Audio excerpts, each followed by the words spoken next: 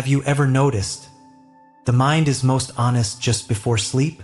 When the lights are off, the world quiets, and distractions fade. What truly matters rises to the surface. Sometimes it's peace. Other times it's restlessness, regret, longing, or a feeling we can't name. But what if tonight, instead of trying to silence those feelings, you listen to them with kindness? In this second week of Buddhist teachings, we'll walk through 4 deeply calming stories. Teachings you can listen to as you fall asleep, each one like a lantern lighting your inner path. You'll hear of a moment when awakening arrived silently, like morning fog lifting. You'll explore why aging changes the way we sleep, and how Buddhism teaches us to rest with grace. You'll meet the pain of holding on, and the quiet liberation of letting go. And finally, a reminder that meditation isn't about escaping life. It's about seeing it clearly. One of these stories contains a hidden moment of laughter, when an old monk's teacup broke, and instead of anger, he smiled. Why? You'll find out. So rest your head, let your breath soften, and if this journey feels like something your heart's been quietly waiting for, subscribe to Lotus Light Teachings. This isn't just a channel, it's a companion. For every night you need a little more peace.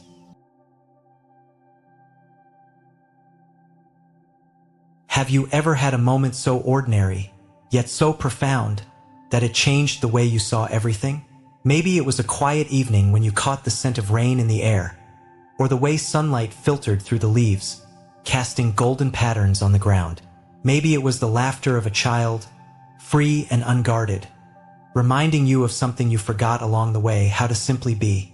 We spend so much of our lives chasing something: success, love, meaning, believing that happiness exists somewhere out there. But what if everything we're searching for has been here all along, hidden in plain sight? In Buddhist wisdom, there's a saying, when walking, walk. When eating, eat.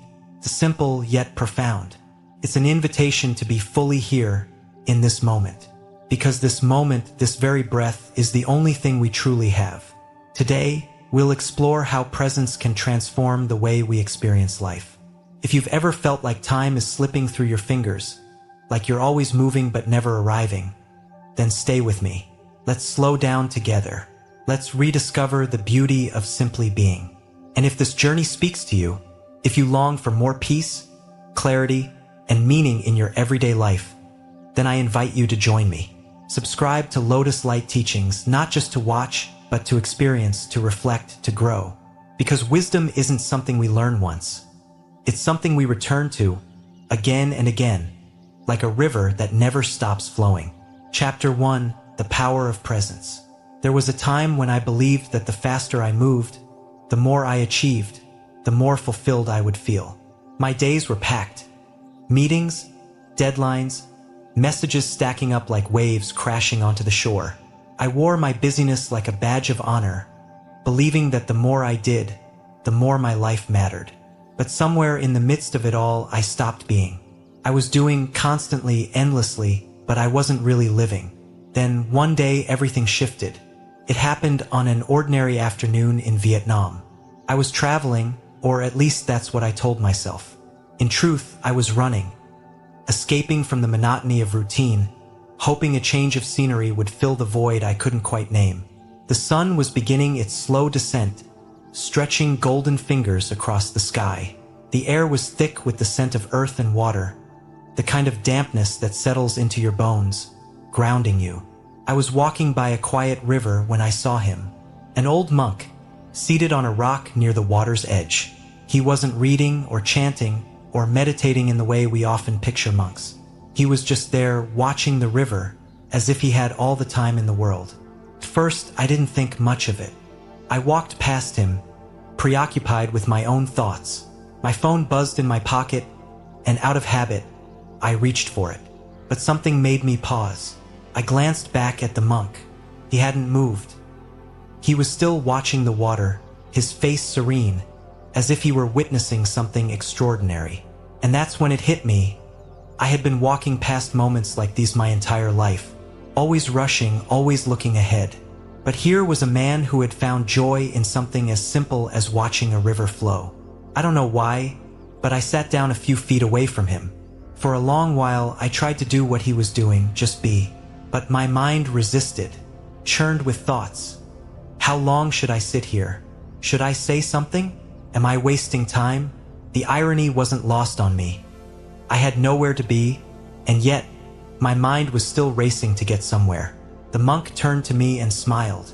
"The river doesn't hurry," he said, as if reading my thoughts. "And yet, it reaches its destination."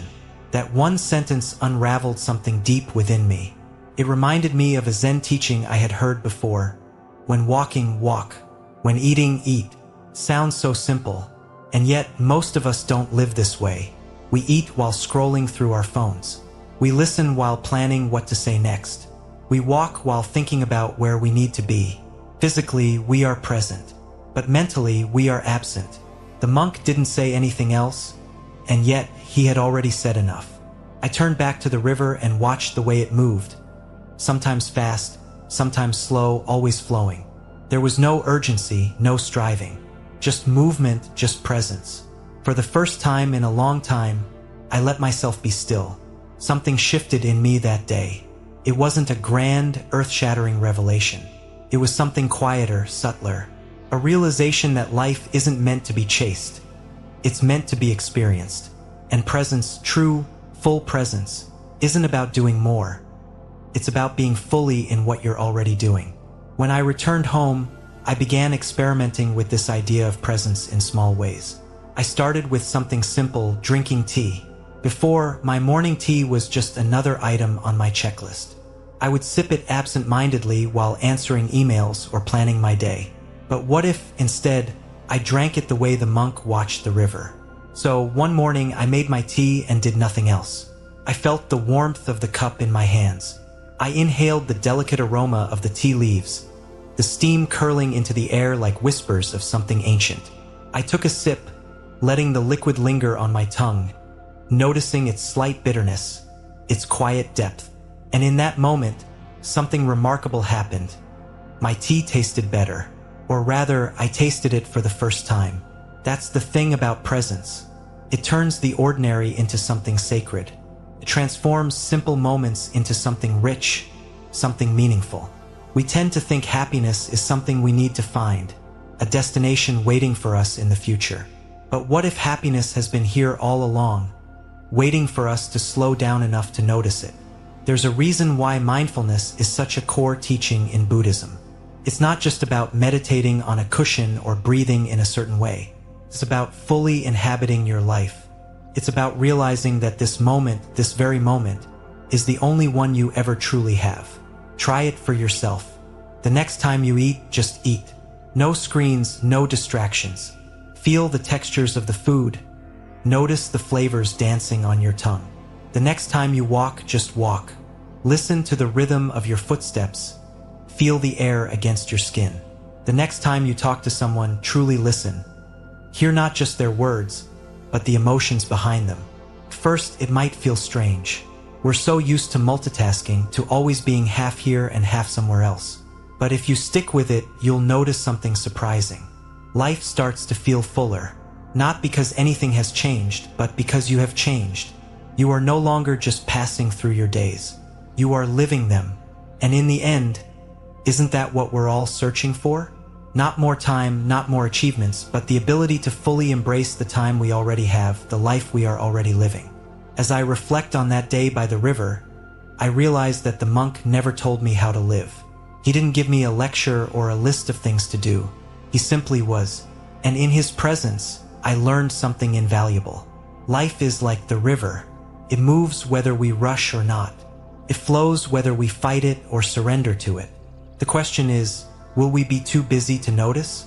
Or will we, finally, slow down enough to sit by its edge and simply watch the water flow? Chapter 2.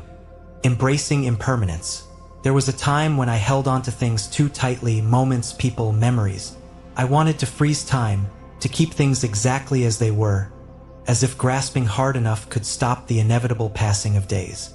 I used to think that if I just tried hard enough, I could hold on to happiness, keep things from slipping away. Then, one spring in Kyoto, I learned the truth about impermanence. The air smelled sweet with the scent of sakura.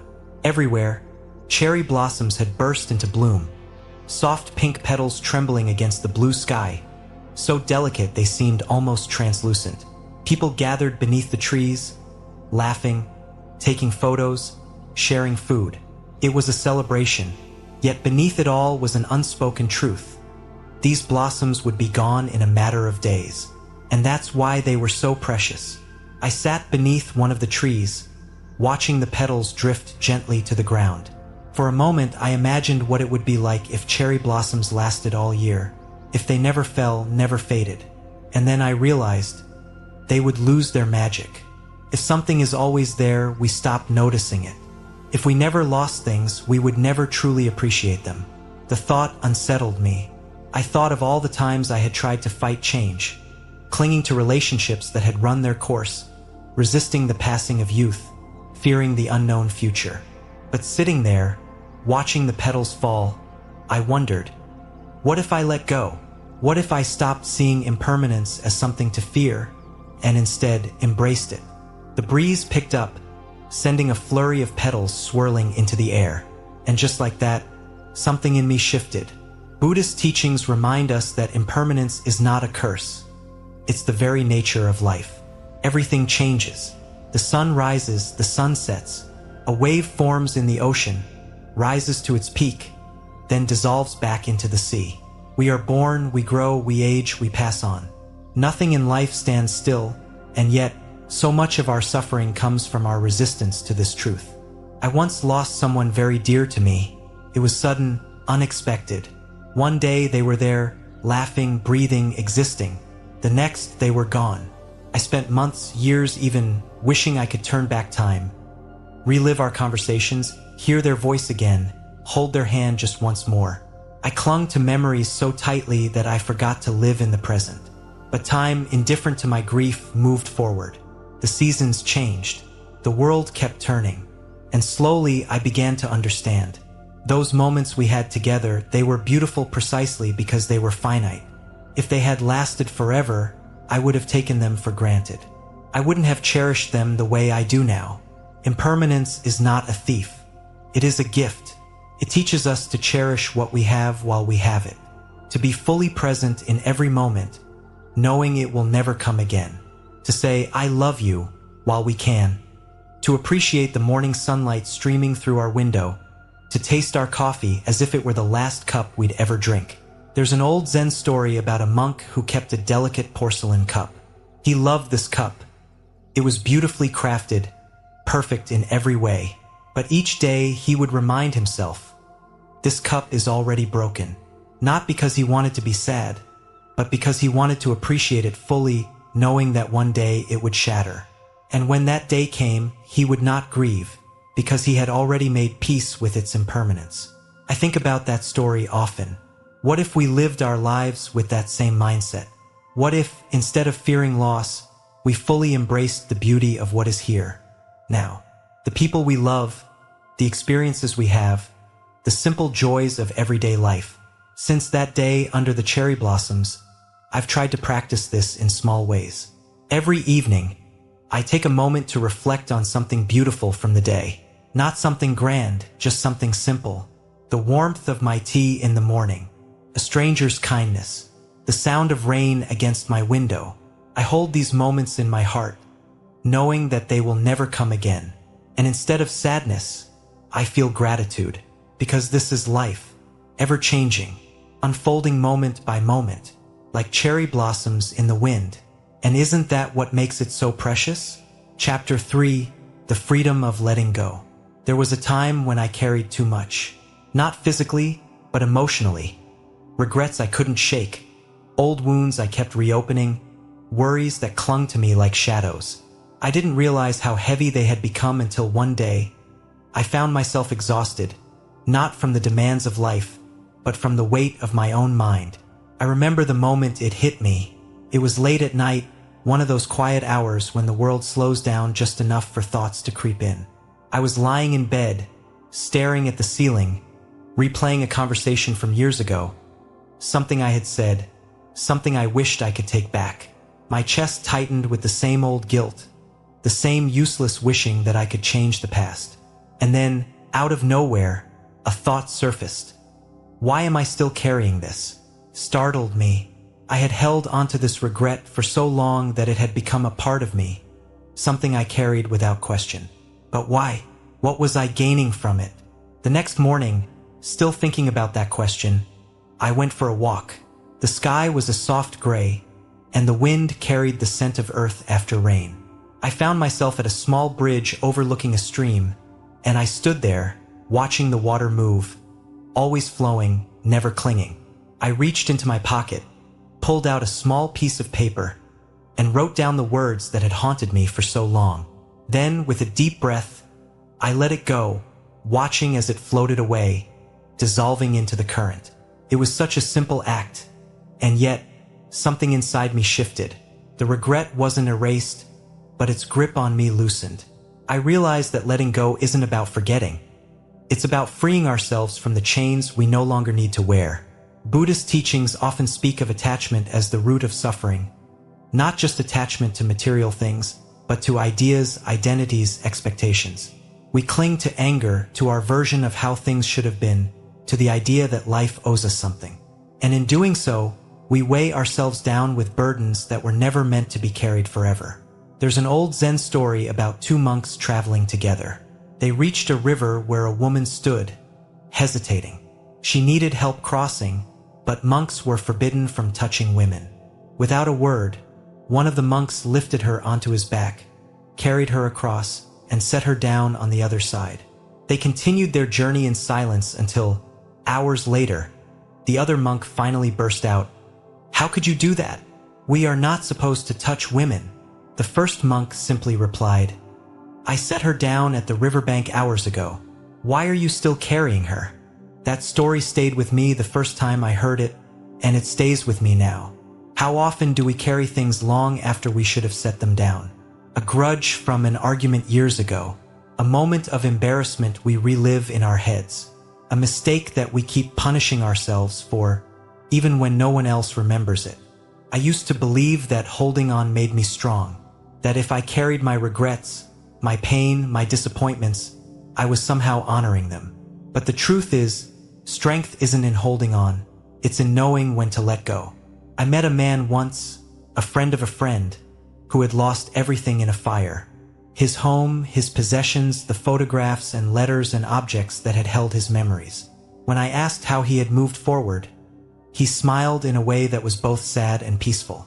"At first, I grieved for what was gone," he said. "Then I realized nothing was really mine to keep forever. I just got to borrow it for a while." That sentence stayed with me. Nothing was really mine to keep forever. We spend so much of our lives gripping tightly to things. Our past, our pain, our identities, forgetting that nothing in this world is permanent. The things we try to hold on to will slip through our fingers like water, whether we want them to or not. And when we fight that truth, we only create suffering for ourselves. Letting go isn't easy. It's not a single action but a practice, something we have to remind ourselves of over and over again. It's choosing each day to release the need for control, the need for things to be different than they are. It's learning to trust that even when we lose something, we are not lost. If you're carrying something heavy right now, regret, resentment, fear, I invite you to try something. Write it down. A sentence, a word, whatever feels right. And then release it. Burn the paper, watch it turn to ash.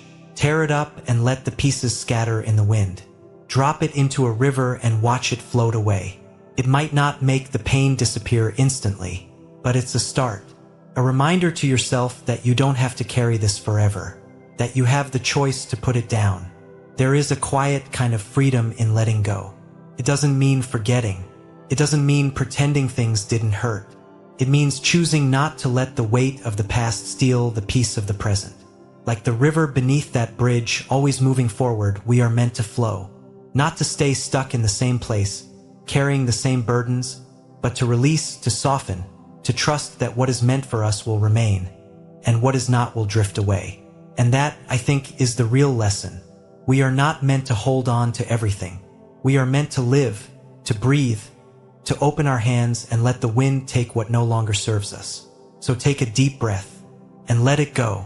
Chapter 4. Finding joy in the simple things. There was a time when I thought happiness was something just out of reach, something I would find one day when life was finally in perfect order. I believed it was waiting for me at the end of a long road paved with achievements, financial stability, and personal success. If I just worked a little harder, fixed a few more things, became better, then surely I would arrive. But life has a way of teaching us in the gentlest yet most undeniable ways. It happened on a quiet afternoon in a small village nestled between green hills. I was traveling, though not in search of anything in particular, just wandering, taking in the sights, letting my mind breathe. The air was thick with the scent of wet earth, the kind that lingers after a soft rain. In the distance, I could hear the rhythmic sound of a hammer against wood, the occasional laughter of children playing, the calls of vendors selling fresh fruit. It was one of those days when the world feels slow, and if you pay close enough attention, it almost seems to hum with a quiet kind of joy. I stopped at a roadside tea stall run by an elderly man. His face was lined with years of both hardship and kindness, and when he smiled, it was the kind of smile that made you feel like he knew something you didn't. He moved with a peaceful rhythm, no rush, no hurry, simply being present in the act of pouring tea. His hands were steady, his gaze calm, as if every action held meaning. I watched him for a moment, mesmerized by the effortless grace in his movements. As I took a sip of the tea, earthy, warm, with a slight sweetness, I asked, "You seem very happy. What's your secret?" He chuckled, as if the question amused him. Then, setting down the teapot, he looked at me and said, "Secret? No secret. I just love my tea." I waited for him to elaborate, but he didn't. He simply turned back to his work, humming softly. At first, I thought he had misunderstood my question.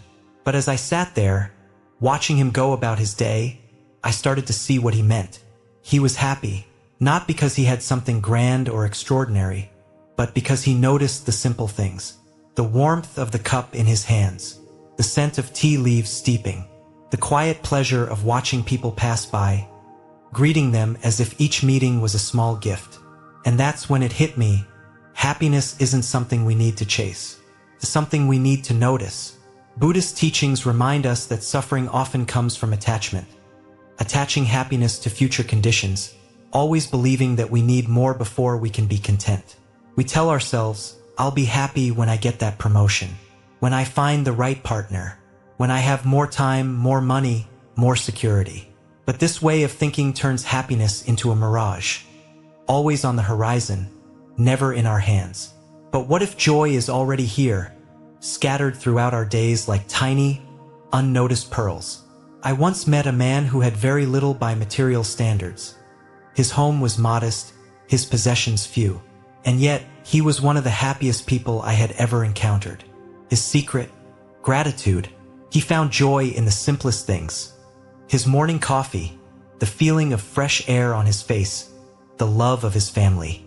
When I asked if he ever wished for more, he just smiled and said, "Why would I? Everything I need, I already have." That conversation stayed with me. It made me realize that I already had so much to be happy about. I just wasn't paying attention. My mind was too busy searching for the next thing, the better thing, to appreciate what was already in front of me. I started experimenting with this idea, practicing small moments of mindfulness, pausing to savor the ordinary joys I once overlooked. The feeling of sunlight warming my skin on a cold morning, the laughter of a friend over something silly, the sound of rain tapping against my window as I curled up with a book.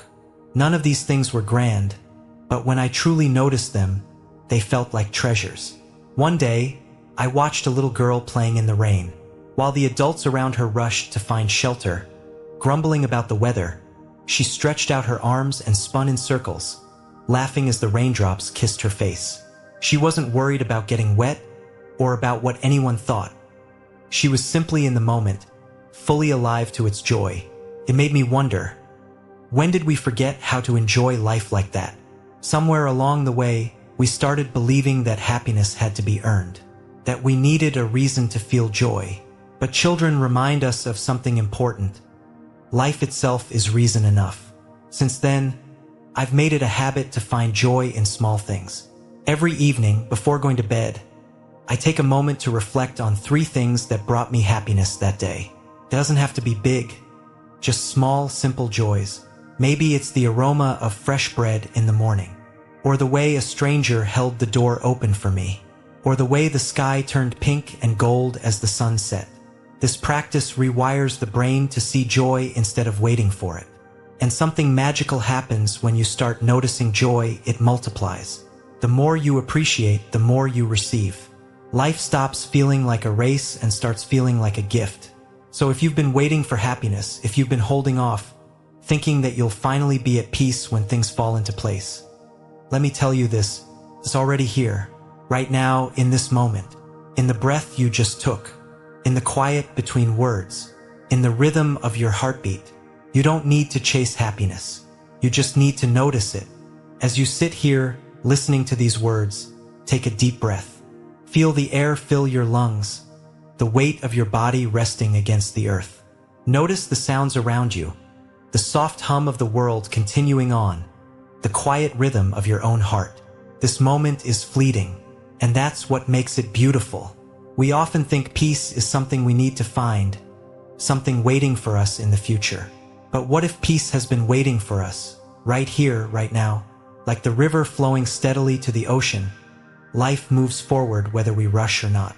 The question is, will we be too busy to notice? Or will we finally allow ourselves to sit by its edge, to breathe, to simply be?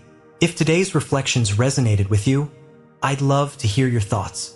Share a moment of presence you've experienced recently in the comments below.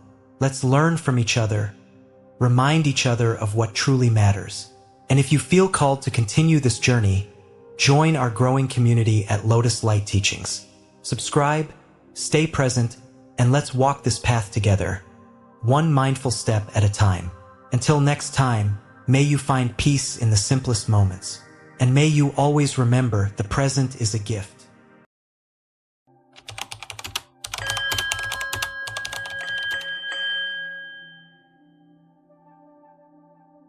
Why aging makes sleep harder, and what Buddhism teaches us about it. There's something no one tells you about getting older. It's not just the wrinkles or the aching joints. It's the way sleep becomes more elusive. You lie in bed, weary to the bone, and yet your mind feels wide awake. Not sharp, just full. Of memories, of unfinished stories, of worries that seem to speak louder in the dark. Is it just biology? Or is there something deeper going on? Buddhism offers a quiet, unexpected answer. One that sees sleeplessness not only as a symptom of aging, but as a mirror of our relationship with control, with change, with letting go. Tonight, we'll explore why aging often steals our rest, and how Buddhist teachings can gently return it. Later in this video, you'll hear a story about a retired craftsman, a single breath, and a moment of surrender that brought sleep back after years of restlessness. If you've ever laid awake wondering why rest no longer comes easily, stay with me. And if this path of reflection speaks to something quiet in you, please consider subscribing. Each new subscriber helps this channel grow like a lotus in calm water, soft, steady, and full of light. Let's take this step together. Part 1. When the mind refuses to sleep. I used to believe that sleep was simple. You lie down, you close your eyes, and then, if your body is tired enough, you drift off. Easy, right? But then came the years when I was so exhausted I could barely speak. And still, I couldn't sleep. Have you ever felt that? That strange ache behind your eyes, the weight in your chest, your body pleading for rest. But your mind, your relentless, chattering mind, is wide awake, whispering worries, spinning scenarios, rehashing conversations, picking apart everything from what you said 5 years ago to what you forgot to do this morning. It's a peculiar kind of suffering, isn't it? To be tired and still awake. And so I found myself night after night staring at the ceiling, listening to the hum of the refrigerator in the next room, watching the shadows on the wall shift ever so slightly as the moon moved across the sky. Somewhere along the way, I began to suspect that this wasn't just about sleep. That perhaps insomnia, for many of us, isn't a physical issue, it's a spiritual one. A quiet signal from the soul that something hasn't been released, that we are, in some way, holding on. The Buddha spoke of dukkha, suffering, not as something that happens to us, but something that arises from within us. He taught that clinging, grasping, craving, these were the roots of our discontent. And not just clinging to things we can touch, but clinging to ideas, to thoughts, to control. And oh, how I clung to my to-do list, to expectations, to the illusion that I could keep everything from falling apart if I just stayed mentally on all the time. But minds aren't meant to be on forever. Even a candle burns out eventually. There's a story I love, one that gently found its way to me during a particularly restless year. It's the story of a farmer who came to the Buddha with a long face and heavy shoulders. He sat before the awakened one and poured out his heart. My crops are failing. My wife worries too much. My son doesn't listen to me. My body is aging. I can't sleep. I'm afraid I won't be able to provide for my family. The Buddha listened with soft eyes and patient silence. And then he said, I cannot take your problems away. The farmer blinked, confused. But, the Buddha added, I can help you see them differently. You see, everyone has 83 problems. And even if you solve one, another will arise. The key is not to eliminate them, but to stop suffering over them. When I first heard that, I laughed a little. Not because it was funny, but because it was so painfully true. You solve the money problem and then your health acts up. You fix the health issue and suddenly you're lonely. You mend your relationships and then something breaks in the world around you. Life is, in many ways, a continuous unfolding of 83 problems. And when we demand that the night be perfect and quiet and free from any inner turbulence before we can rest, we're basically asking life to stop being life. I began to realize, maybe it's not the problems themselves keeping me awake. Maybe it's my resistance to them, my unwillingness to let go for just one night, to trust that I can put the load down, just until morning. That shift alone changed something deep inside me. Let me paint you a picture. There's an old man, I imagine him in his late 70s. Let's call him Mr. Nakamura. Every night, he lies in his modest room. It's quiet, too quiet, the kind of silence that doesn't comfort but echoes. He watches the ceiling fan spin. He counts his breath, tries to, anyway, but the thoughts keep coming. Did I say something wrong to my daughter today? Did I forget to pay the electric bill? What if something happens to me and no one finds out for days? He's not trying to worry. He's trying to sleep. But the mind doesn't care. It latches on. One thought becomes 5, 5 become 20. He sighs deeply, turns to one side, then the other. He stares at the wall and whispers into the dark, Please, just let me sleep. But sleep does not come to pleading. Sleep comes to surrender. And Mr. Nakamura hasn't learned to surrender yet. I tell you this because I was Mr. Nakamura. Maybe you are too. The thing is, no one teaches us how to rest the mind. We learn how to work it, how to sharpen it, how to analyze and plan and remember. But no one sits us down and says, here's how you gently release the day. Here's how you let go of what cannot be solved tonight. I remember one evening, sitting outside on the porch, the night air thick with stillness. I was watching the leaves of a nearby tree flutter under the street lamp, their movements so soft, so rhythmic, as if the tree itself was breathing. I suddenly wondered, how does it do that? Stand there so peacefully, night after night? Then it hit me. The tree isn't fighting the night. It's not wondering about the next storm or regretting the last one. It's just being rooted, present, alive. And for a brief, sacred moment, I stopped thinking.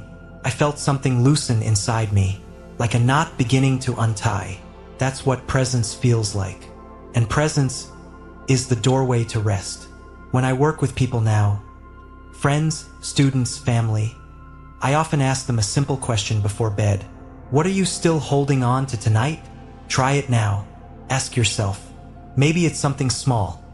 A task you didn't finish, an awkward comment from earlier, a feeling of not doing enough.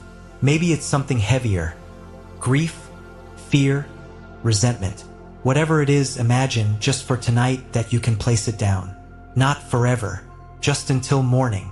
Imagine setting it on a low wooden table beside your bed, the kind you might find in an old temple guest house.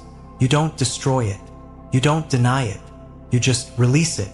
And in that space, between holding and letting go, something sacred enters. The possibility of peace. Thoughts are like waves, yes, but they are also like clouds. They pass. They always do. Even the stormiest night eventually clears. I've come to believe that the goal isn't to stop thinking. That's a losing game. The goal is to change our relationship with the thoughts. Instead of grabbing onto them, we let them drift. Instead of judging them, we watch them. Instead of demanding silence, we welcome stillness. Stillness doesn't mean the world stops moving. It means you're no longer spinning with it. And that, my friend, is the difference between lying awake and lying at peace. Tonight, you may still feel the current of thoughts moving through you. That's okay. You're human. But perhaps now, instead of struggling against it, you can float with it. Gently, like a lotus leaf on a calm pond. You deserve rest. Not because you finished everything. Not because the world is perfect. You deserve rest because you are alive. Because your breath is still moving. Because even now, even in this moment of vulnerability and fatigue, your presence matters.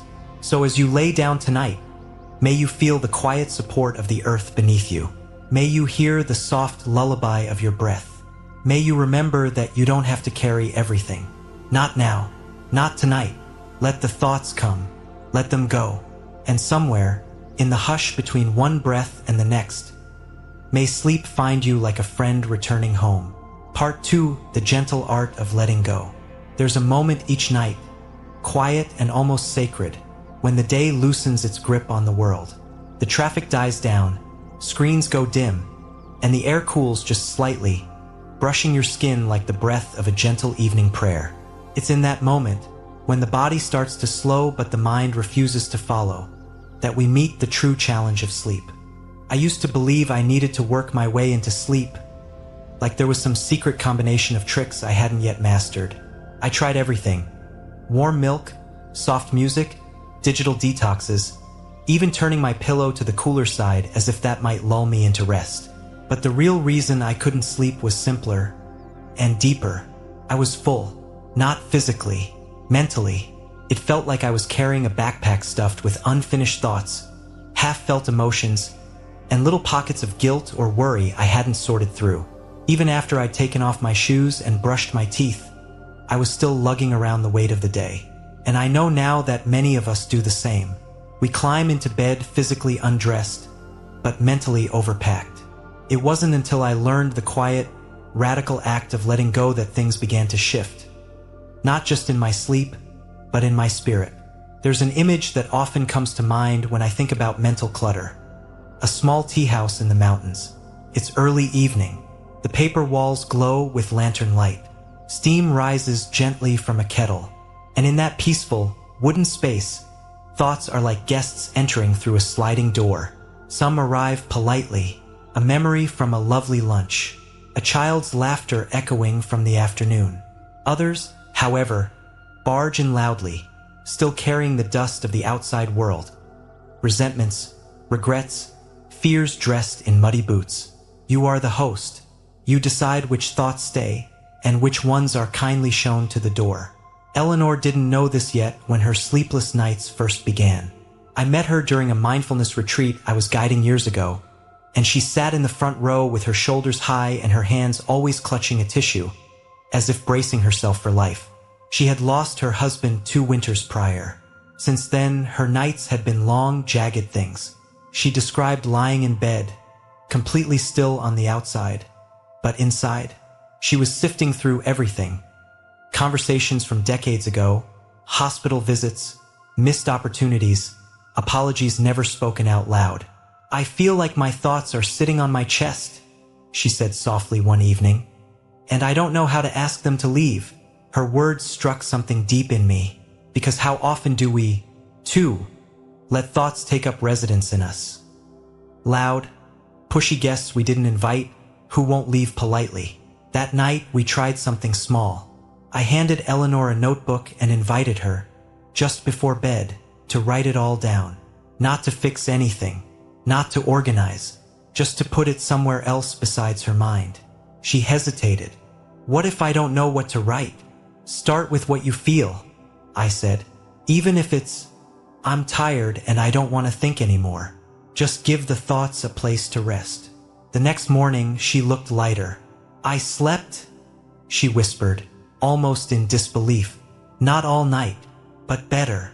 Writing, it turns out, is not just a tool for writers. It's a tool for release.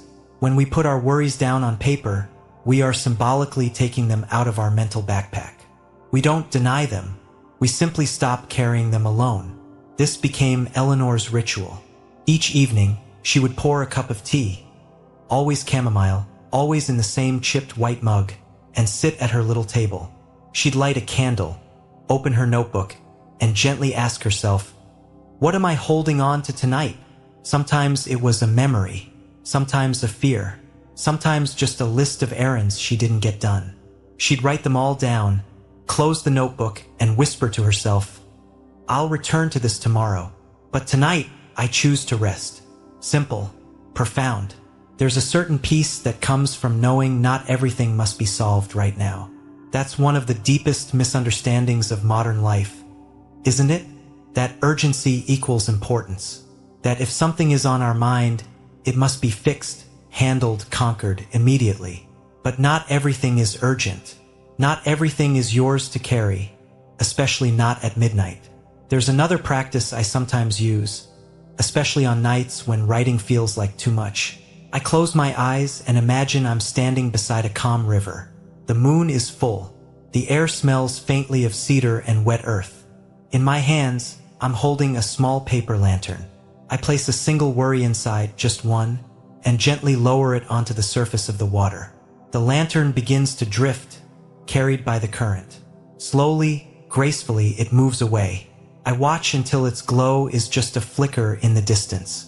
Then I do it again, one by one, letting each thought go, and not because it's unimportant, but because tonight I deserve peace more than resolution.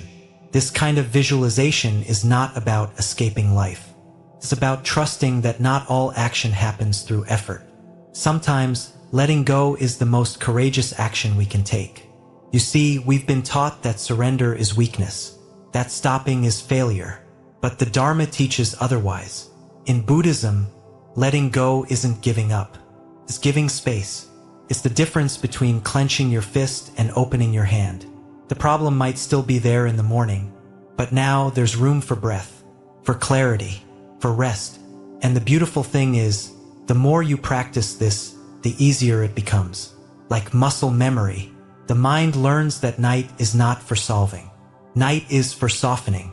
There are a few gentle mantras I like to repeat to myself on nights when the thoughts come knocking a little too loudly. Maybe they'll help you too. I release this day. I have done enough. Now I rest. And if that still feels like too much, try this one. Just this breath. Just this moment. I once watched a monk in northern Thailand fold his robes at dusk. It was such a slow, deliberate act. He smoothed each crease, aligned each corner. When I asked him why he did it with such care, he smiled and said, "I fold my day like I fold my robe, with intention so I may leave it behind." That image stayed with me. Every night as we prepare to rest, we have the opportunity to fold our day. Not crumple it, not rush it, but honor it with gentleness and let it go. And so, if you're lying in bed tonight and your mind is restless, know that you don't have to fix anything right now. You don't even have to stop thinking. You just have to soften, to exhale, to imagine that your thoughts are visitors in the tea house of your heart. Some will pass through, others may linger, but ultimately you get to decide who stays. So go ahead, close your eyes, take a slow, deep breath, and if it feels right, let this be your intention. Tonight, I choose peace over control. Tonight, I place my thoughts in lanterns and watch them drift. Tonight, I whisper to myself, I'll meet this life again in the morning, but for now I rest. And if you can do that just once, just tonight, then you've already begun. You've taken the first step toward the kind of sleep that heals not just the body, but the soul. Part 3, following the breath back home. I used to think the breath was boring. Honestly, it seemed too simple to be sacred. It's just breathing, right? Something the body does automatically, like blinking or digestion. Why should I pay attention to something that's been happening without my permission since the moment I was born? But then came a night, a quiet one in the middle of winter, when I was lying awake yet again. My thoughts were loud. My heart was racing, but not because I was afraid. It was just full of everything, like I had been carrying the weight of the world all day and then tried to lay it down. But my body didn't get the memo. I remember the sound of the radiator hissing gently beside the bed. I remember the moonlight tracing the shape of the curtain. I remember trying everything, turning the pillow, switching sides, counting sheep. Nothing worked. The mind was a monkey on a sugar rush. And then, for reasons I still don't fully understand, I placed one hand on my chest, one on my belly, and I just noticed how the chest barely rose, how shallow I was breathing, how far away I had drifted from the home inside my own body. So I breathed in slowly, counted to 4, then exhaled longer this time, 6 counts, and something shifted. It was small, subtle, but unmistakable. My shoulders softened, my jaw unclenched. The storm in my chest calmed just a little, like ripples on a pond settling after a stone had been thrown. That's when I began to understand, really understand, that the breath isn't just a function. It's a refuge, a rope we can hold onto when the mind is spinning, a gate we can walk through to return to stillness. In Buddhist teachings, there's a word for this, anapanasati. It means mindfulness of breath, and it's one of the oldest, simplest, and most profound practices the Buddha ever taught. Not because it's flashy, but because it's always with us. You don't need a meditation cushion or a fancy retreat or even a silent room to begin. You only need a willingness to pay attention, and the breath will do the rest. There's a man I once met in Kyoto. His name was Haruto. He was in his 70s then, retired, with hands that looked like they belonged to the trees. Knotted, strong, patient. For most of his life, he had been a woodworker. He carved intricate shapes from old cedar and hinoki, sometimes spending weeks on a single piece. Breathing, he told me one morning over tea, used to be like carving. Slow, intentional. You do it with the whole body. But after he stopped working, something shifted. Without the rhythm of carving, his nights became restless. He couldn't sleep. Not really. His body would lie still, but the thoughts would keep working. He tried warm baths, classical music, even drank that special banana tea his neighbor swore by. Nothing worked. Then one day his old friend, a Buddhist monk, visited and made him tea. They sat on the porch in silence, steam curling up into the cold morning air. After a while, the monk asked, "Did you have to think about how to drink that tea?" Haruto smiled. "No, I just did it." The monk nodded. Breathing is like that too. You don't have to force it. Just follow it.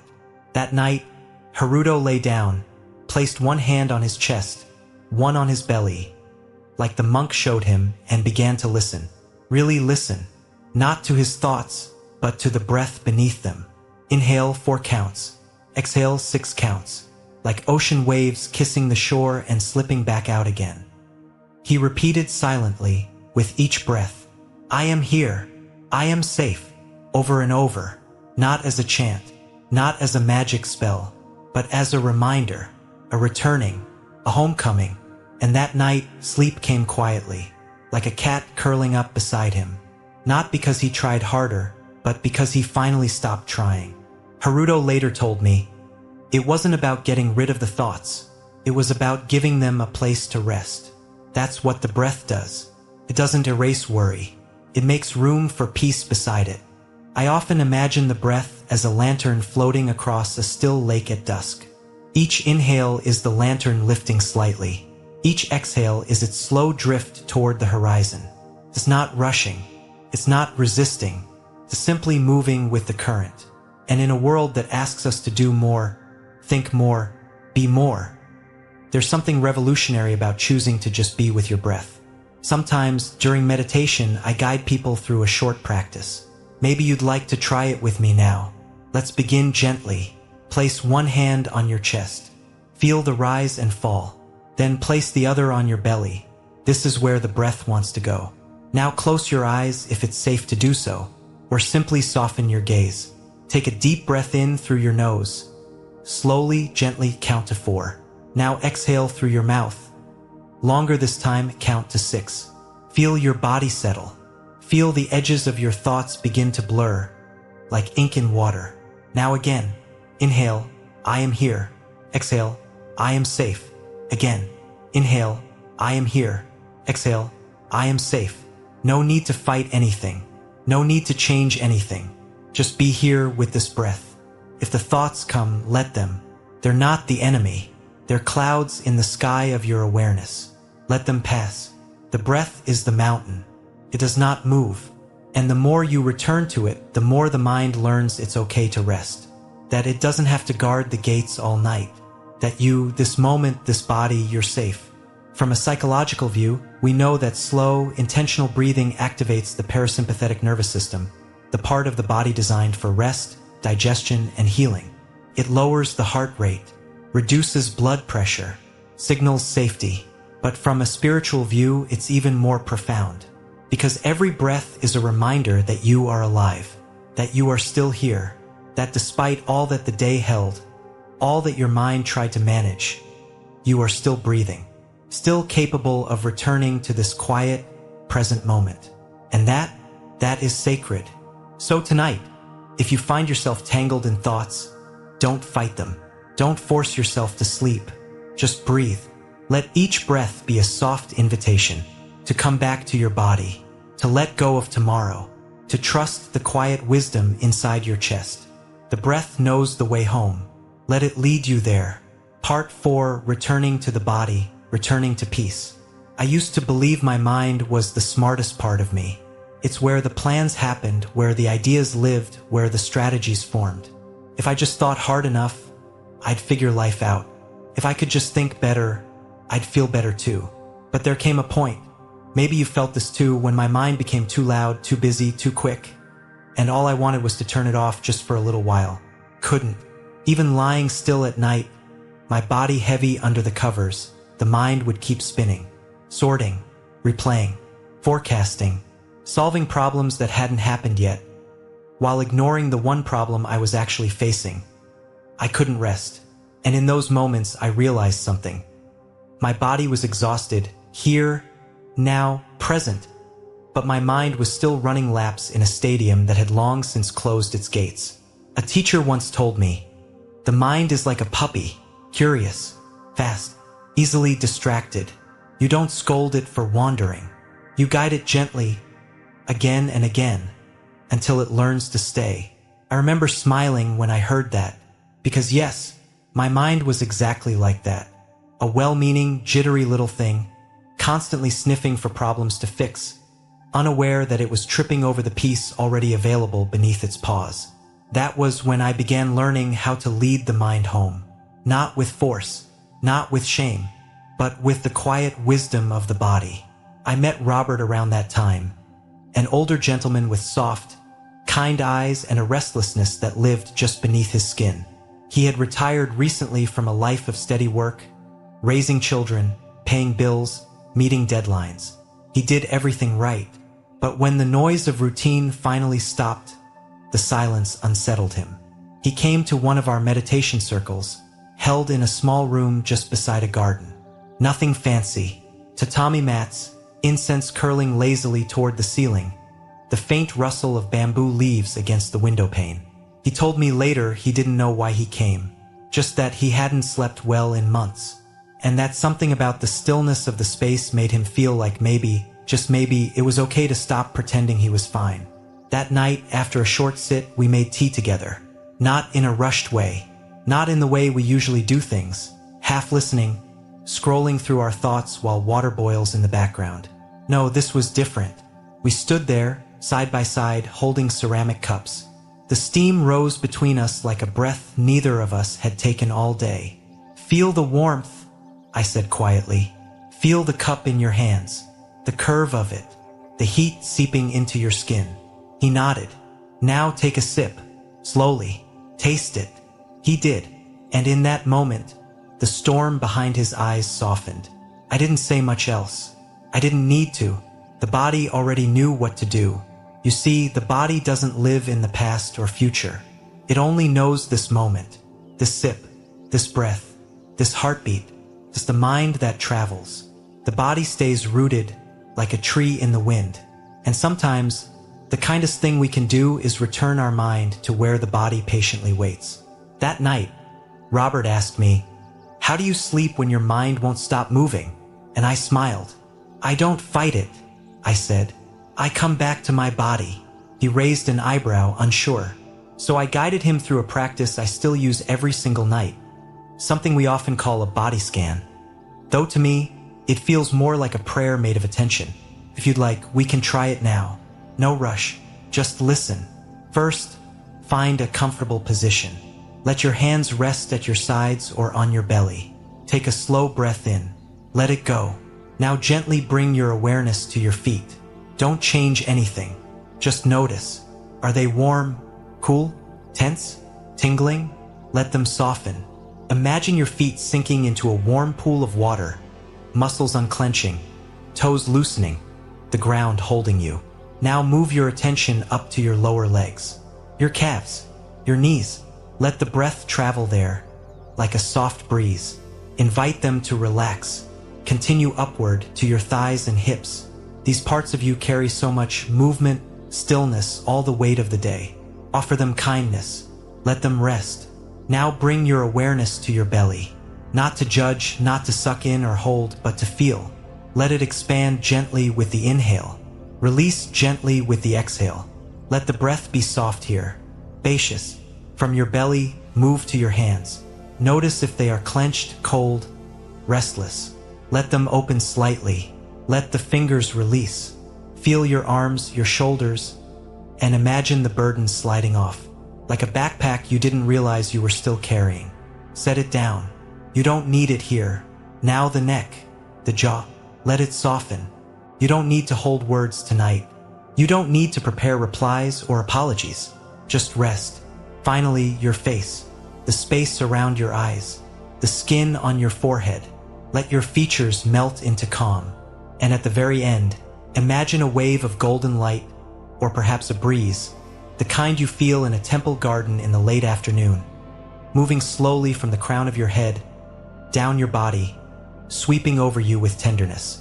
It doesn't need to fix you. It just wraps around you like warmth, like peace. When I finished this practice with Robert that first night, he didn't say anything. He just sat there for a moment, his eyes misty, his breath slow. "I didn't know I was allowed to feel that," he said. "That much calm." He began doing it every night. And over the weeks, something shifted.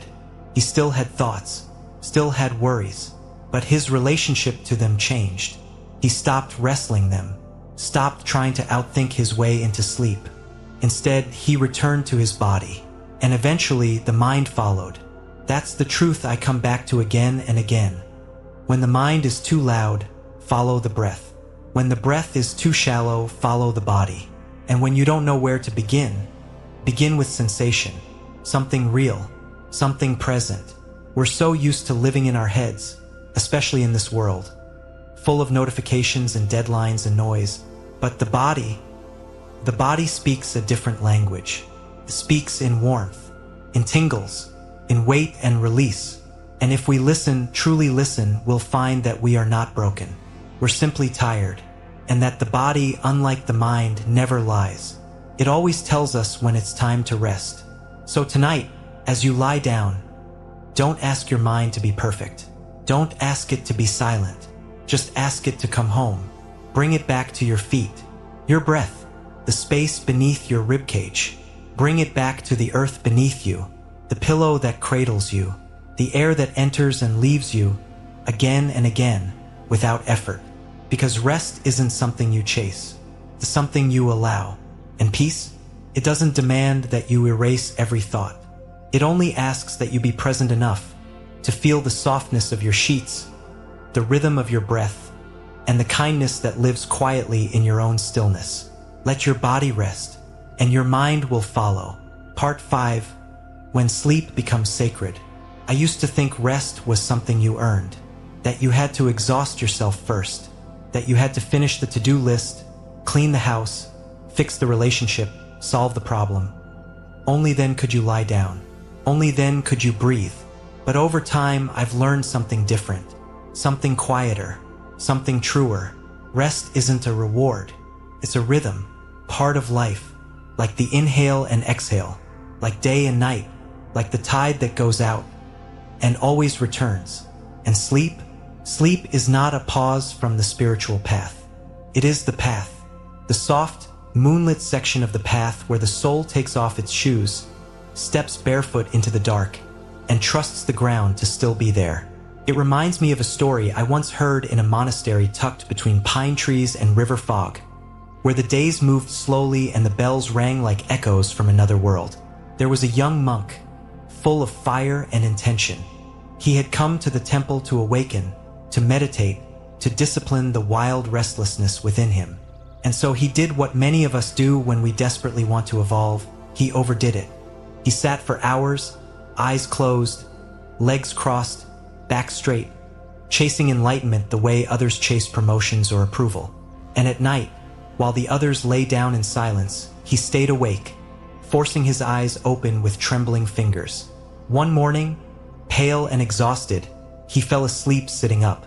His master walked by, gently placed a shawl over his shoulders, and whispered something that still hums in my chest whenever I push myself too hard.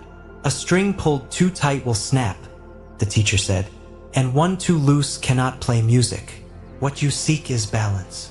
I think about that often when I'm lying in bed, scrolling through thoughts like tabs I forgot to close. And sometimes, without even realizing it, I whisper to myself, "Don't pull the string tonight, just breathe." Because what if rest isn't about giving up, but giving in? What if, instead of striving to finish the day, we honored it with a bow?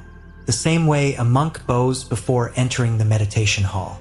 The same way we bow to the sacred within us. I once met a woman, Maria, who reminded me of this sacredness. She had lived her life by the clock, woke early, worked tirelessly, gave everything to everyone. But now, in her 70s, she found herself lying awake night after night, wondering why her mind wouldn't settle. Her body was weary, her eyes burned with fatigue, but something inside her still felt unfinished. One evening, she sat under a banyan tree near her home. The moonlight made silver outlines on the leaves, and the breeze was warm, like a lullaby humming through the trees. She remembered something her grandmother used to say, "The moon does not rush to rise. The sun does not hurry to set, yet they are always on time." That night, Maria did something new. She lit a small candle beside her bed, not to see, but to soften. She wrapped herself in a shawl that smelled faintly of jasmine, and before lying down, she whispered, as if to herself, or maybe to the stars, "I surrender to stillness." She didn't fight the thoughts. She didn't chase sleep. She welcomed it, like a friend, like a lover, like a prayer. That night, she slept more deeply than she had in months. And the next morning, when she woke, she didn't feel like she had won at sleep. She felt like she had returned. That's what sacred rest feels like. A homecoming. You don't need to earn it. You only need to remember you're worthy of it. We've been told that sleep is passive, that it's wasted time, that productivity is the goal and rest is a weakness. But the Buddha never said, "Hurry." He never said, "Burn the candle at both ends." He said, "Rest your body, rest your mind, begin again." There's something so tender in that teaching, so human, because sometimes the most compassionate thing we can do is lie down with our pain, with our joy, with our confusion, and allow the body to do what it knows how to do, restore. I have a practice now, the simple. I do it every night before bed. You're welcome to try it with me. I sit for just a minute, not in perfect posture.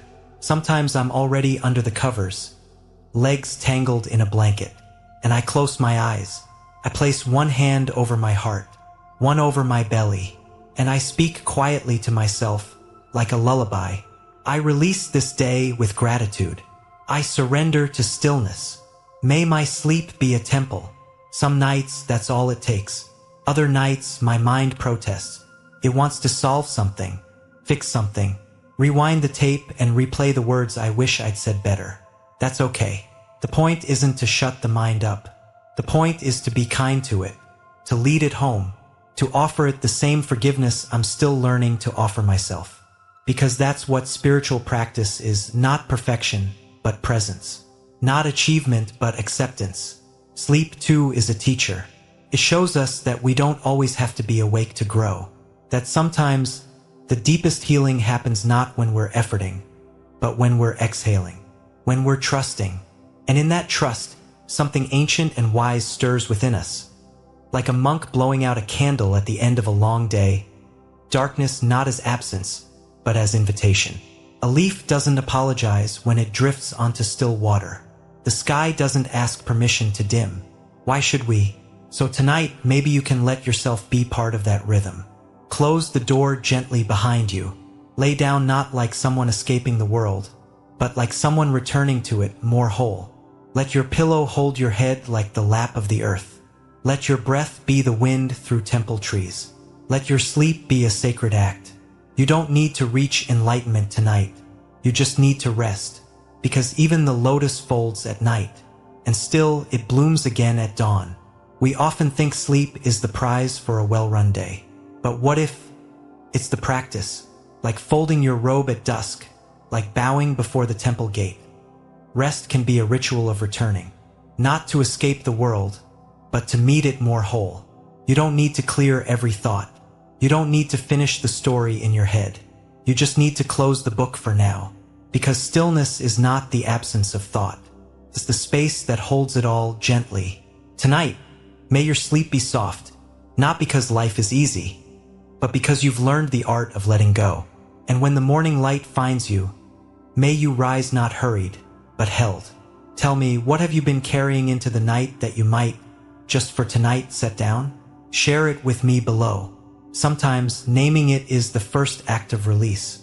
And if these teachings have brought you comfort, insight, or simply a quiet moment in your day, please consider subscribing. Each new subscriber is like another candle lit in this shared temple we're building together. Your presence gives me the strength to keep offering these gentle paths week after week. Until next time, may your breath lead you home, again and again.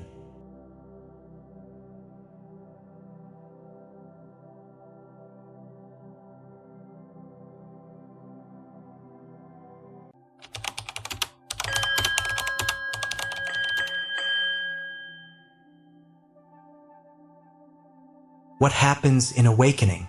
Buddhism explained Lotus Light Teachings. Strange, isn't it? The tighter we hold on, the more we lose. But if we let go, do we lose everything? Or do we finally gain something real? Have you ever wondered, if we stopped chasing what is constantly slipping away, could we touch something that never fades? Today, we explore a profound truth from the Buddhist teachings. Awakening. Not as an abstract idea, but as a real shift, one that can happen in a single moment of mindfulness. And by the end of this video, you'll understand why a wandering monk smiled as he lost everything, because what remained was true freedom. If you're looking for a path that feels lighter, more open, let's walk this journey together. Subscribe now, because this video may plant a precious seed within you. Chapter 1. When the palace walls no longer protect you. I used to believe that if I could just accomplish enough, achieve more, be more, then life would finally feel complete. That once I arrived at some version of there, the restlessness would quiet down. Like many of us, I thought peace was something I had to earn, not something I already carried within. But life has a way of showing us the truth, gently at first and then all at once. Over 2,500 years ago, in a quiet corner of the Himalayan foothills, a young prince named Siddhartha was living the very dream so many of us chase. Wealth beyond measure, servants, gardens that bloomed out of season, music, comfort, status. His palace was not just a place. It was a world carefully built to shield him from suffering. And for a while it worked. But even the softest silk curtains can't block out the ache of truth forever. One day, Siddhartha left the palace walls and encountered something that would change everything. He saw perhaps for the very first time, what the world truly held. A sick man, an old man, a corpse, and then a wandering ascetic, someone who had turned away from worldly pleasures in search of deeper meaning. Something stirred in him, not just sadness or fear, but a kind of clarity, a quiet knowing that the comfort he lived in was not freedom, that joy built on things that change will always slip through your fingers like water. Imagine that, realizing that the life everyone tells you to chase is built on foundations that are constantly shifting. He returned to the palace, but nothing felt the same. The laughter, the perfume of the gardens, the weight of his princely robes. It was all still there, but the illusion had cracked. Eventually, he made a choice that many would call unthinkable. He walked away, not because he was heartless, but because he had seen too clearly to pretend anymore. Because something in him whispered that there had to be another way. A way not to escape life, but to understand it. He left not just the palace, but everything. His title, his comfort, even his newborn son. He stepped into the forest with nothing but a robe and a bowl, and a burning question. Why do we suffer? Now pause here with me just for a moment. Have you ever had that kind of moment? Not as dramatic, maybe, but one where the life you were building suddenly felt off. Where you started to wonder, is this all there is? Maybe it happened after achieving something you worked so hard for, only to feel strangely empty. Or maybe it came in the quiet hours, when no one was around to impress, and the question started to whisper. Is there more? What am I chasing, really? That moment, raw, tender, confusing, is the beginning of every honest spiritual journey. Siddhartha wandered through forests and villages, learning from teachers, practicing deep meditation, pushing his body to extremes. He starved. He sat for days. He studied the deepest philosophies of his time, but nothing brought lasting peace. Nothing answered the ache in his heart, until one night, under the branches of a Bodhi tree, alone, exhausted, and determined, he sat in silence, vowing not to rise until he found the truth. The stars turned overhead. The night deepened, and something began to shift. He turned his attention inward, not to ideas, but to direct experience, to the nature of his thoughts, his sensations, his cravings. And slowly he began to see that everything arising in the mind and body is impermanent, that clinging to what changes brings suffering, and that there is no unchanging self at the center of it all, just a flowing process, like a flame dancing in the wind. This wasn't an idea. It wasn't philosophy. It was something deeper, clear as moonlight on still water, a kind of knowing that settles not just in your head, but in your bones. And then, as dawn broke, so did the illusion. Siddhartha had become the Buddha, the awakened one. But awakening, as we'll see, is not an escape. It's not a blissful detachment or floating away from life. It's stepping fully into reality with eyes wide open, with a heart that sees clearly and no longer clings. He didn't gain something new that night. He let go of what was never real to begin with. And maybe that's the most powerful part of his story.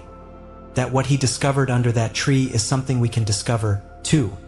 Not in some far-off forest, but in the middle of our very lives. So, if there's a crack forming in your own palace walls, if you're feeling that quiet pull towards something more honest, more real, know this, you're not broken. You're beginning to see. And that is where awakening starts. Chapter 2. Like water that cannot be held. There was a time in my life when I was convinced I had finally figured myself out. You know the feeling, right? After reading a dozen books on personality types, doing a few late-night journaling sessions, and asking myself the big questions, I felt, well, not enlightened, but pretty certain that I knew who I was. I had a story, a tidy little narrative. This is what I like. This is what I fear. This is what makes me who I am. And then, just like that, life happened. The kind of life that doesn't knock politely but barges in, uninvited. A relationship ended. A dream job didn't pan out. I reacted in ways that surprised even me. Anger, silence, clinging, withdrawal. And suddenly, that confident little self I thought I knew, cracked. That's when I stumbled, clumsily but sincerely, into one of the Buddha's most profound teachings, the five aggregates, or as they're called in Pali, the five khandhas. I remember first reading about them in a dusty corner of a small bookshop. The language was unfamiliar, almost clinical. Form, feeling, perception, mental formations, consciousness. They didn't sound spiritual or poetic. They sounded like the parts of a user manual for the human experience. But the more I sat with them, the more alive they became. Imagine sitting by a slow, gentle river. The surface shimmers in the morning light. A leaf drifts by. A ripple forms where a fish moves below. Everything is flowing softly, naturally. Now imagine trying to reach down, cup your hands, and hold that flow in place. You can't. You only hold water for a moment before it slips through your fingers. That's what the Buddha was pointing to. We often treat ourself like a solid object, something we can hold, define, protect. But in reality, what we call me is more like that river, always moving, always changing. Let me share these five aggregates with you, not as concepts, but as reflections from everyday life. As I've come to know them, they're not boxes to memorize, but mirrors we can gently hold up to ourselves. The first is form, rupa, our body and the physical world we engage with. I used to believe my body was something I could control, sculpt, manage into perfection. But then came illness, fatigue, aging, aches in places that didn't ache before. And slowly, I began to understand. Even the body is not mine in the way I thought. It shifts, it changes, it breaks and heals without asking for permission. It is nature, not an identity. Then there's feeling Vedana. Those passing sensations that whisper in every moment. Pleasant, unpleasant, or neutral. Like that first sip of tea on a cold morning, pleasant. Or the sting of someone's criticism, unpleasant. But have you noticed how quickly they change? That warmth from the tea fades. That sting dulls into a memory.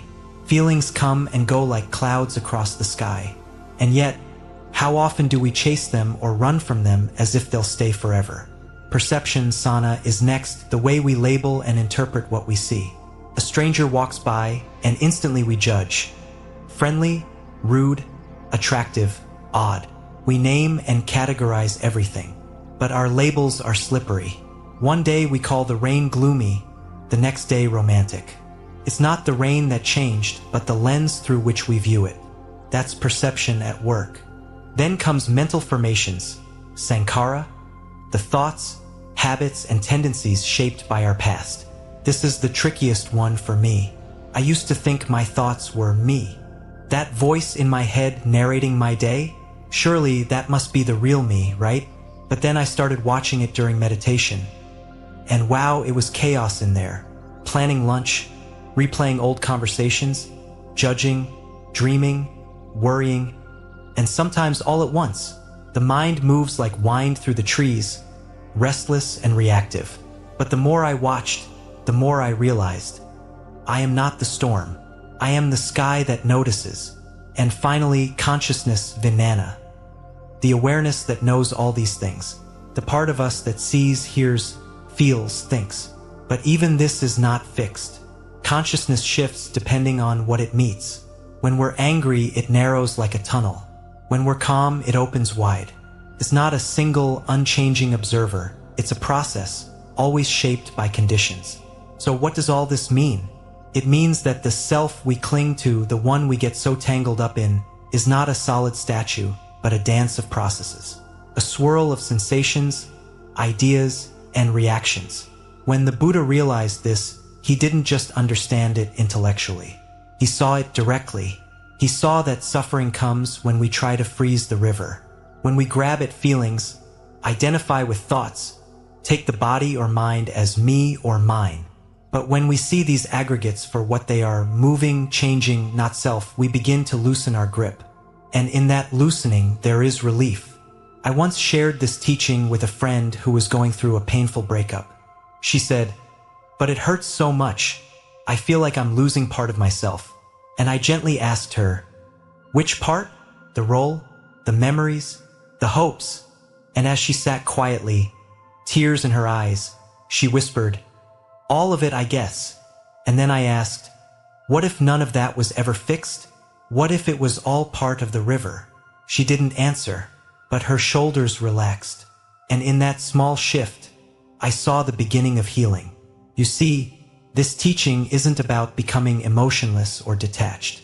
It's about understanding the nature of things so deeply that we stop suffering from trying to make them something they're not. And this isn't just philosophy. Psychology echoes it too. Our identities are constructed from memory, belief, and conditioning. The idea of a fixed self is more a narrative than a reality. Neuroscience shows us how even our preferences and reactions change over time. The Buddha simply saw this long before we had the words or machines to measure it. So the next time you feel overwhelmed by emotion, by identity, by the chaos of being human, try this. Pause. Notice what's happening. A feeling? A thought? A label? Then gently whisper to yourself, this too is part of the river. Let it flow. Watch it pass. You don't have to hold it. You are not the river. You are the spaciousness in which the river moves. And perhaps that's what awakening truly is. Not becoming something new, but remembering what we've always been beneath the noise. Vast, open, aware. Like the quiet stillness beneath a blooming lotus at dawn. And just like that, something softens. Something opens. The self you thought was carved in stone reveals itself to be mist, morning light, the sound of wind passing through a garden. And in that seeing, there is peace. Let me know when you're ready for Chapter 3, and we'll keep walking this quiet, beautiful path together. Chapter 3, The 3 Characteristics of Existence. I used to think that if I could just organize my life the right way, if I made the right choices, loved the right people, controlled my time wisely, then everything would finally settle into place. You know, that quiet image in our minds, the perfect day, the steady routine, the sense that everything is just as it should be. But it never really stayed, did it? The moment I'd feel like I had things figured out, bam, something shifted. A relationship changed. A job became uncertain. A moment of peace was interrupted by an unexpected phone call or a surge of anxiety out of nowhere. It was like building a sandcastle too close to the tide. And at some point, I started to wonder, maybe the problem isn't that life keeps changing. Maybe the problem is thinking it's not supposed to.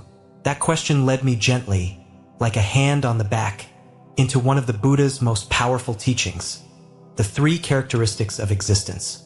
Not as dry doctrine or abstract philosophy, but as a tender, compassionate look at the nature of being alive.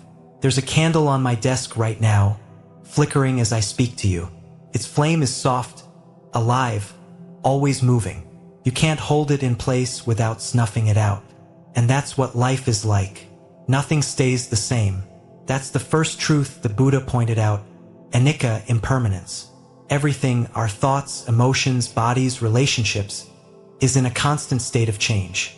Even the cells in our body are renewing. Even the mountain eventually becomes sand.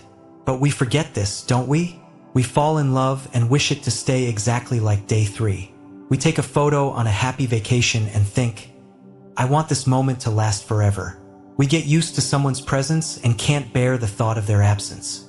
We write mental contracts with reality, demanding it hold still for us. And yet it never does. First, this realization can feel sad, even heavy.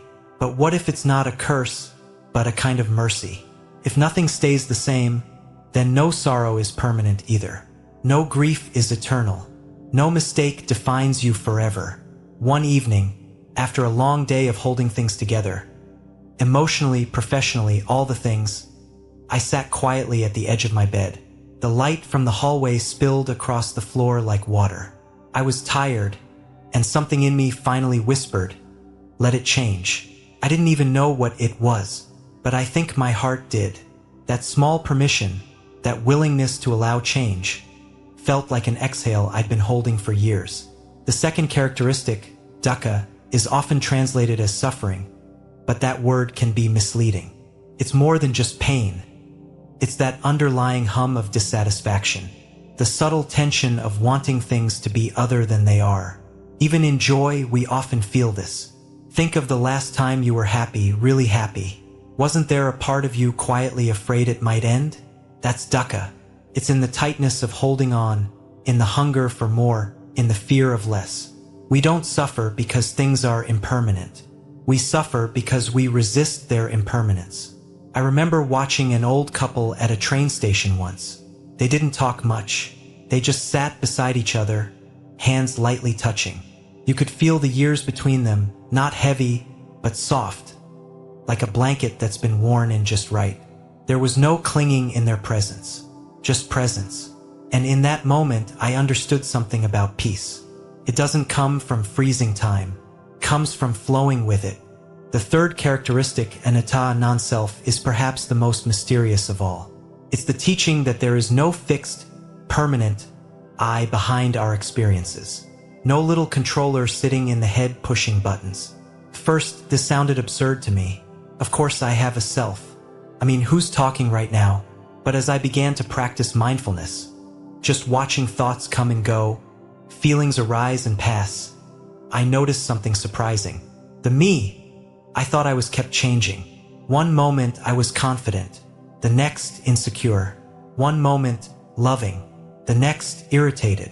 Even my preferences shifted. Foods I once hated, I now craved. So who was the real me? And then I realized, maybe that question was like trying to find the flame in a single frame of a candle flickering. It's never exactly the same, even though it appears continuous. The Buddha wasn't saying we don't exist. He was saying we're not what we think we are. We're not the stories, the roles, the titles. We're not the anger we felt this morning or the sadness we'll feel tomorrow. We're a process, unfolding moment by moment, alive, changing, beautiful in our impermanence. There's an odd freedom in this. If we're not fixed, then we're not trapped. We don't have to keep being who we've been. We're free to grow, to let go, to love more deeply, to begin again. Sometimes I sit at a temple not far from my home. The garden there is quiet, with stone steps covered in moss, and wind chimes that make no sound unless you're listening. The monks sweep the leaves, even though more leaves will fall tomorrow. They sweep anyway. Watching them, I'm reminded that this practice isn't about escaping life, but touching it more gently, holding it like a bird in your hands, not too tight, not too loose, just enough to feel its heartbeat. When the Buddha's students glimpsed awakening, they didn't cry out in enlightenment. They whispered a simple truth. Whatever arises is bound to pass away. It wasn't a fact to memorize, it was a reality they felt, deep in their bones.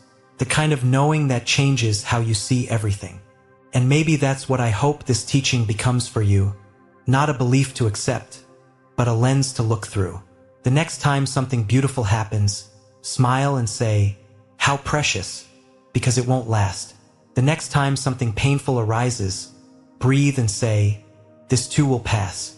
And in that space, in that gentle awareness, you may begin to taste something more lasting than pleasure or pain. You may begin to know peace, like the flame of a candle that flickers and dances, but never clings to the air, like the reflection of the moon on a quiet pond, untouched, ungraspable, and yet profoundly present. So if you ever find yourself overwhelmed, take a walk, sit under a tree, listen to the wind, and remember, change is not the enemy, it's the nature of life. And when you stop fighting it, you might find that life, just as it is, has been enough all along. Chapter 4. Walking the Path That Leads Home. I used to think that awakening was something sudden, like a flash of lightning across the sky, a grand, earth-shattering moment where everything clicks into place. And from then on, life is peaceful, effortless, and full of clarity. The way people describe it, enlightenment, made it sound almost like a prize you win, something distant and rare, reserved for sages meditating in remote mountain caves. But the more I explored the Buddha's teachings, the more I realized that awakening isn't some far-off destination. It's not a mystical experience reserved for the chosen few. It's a path, a simple, grounded human path, one that you and I are already walking, whether we realize it or not. Imagine a narrow trail winding through a quiet forest.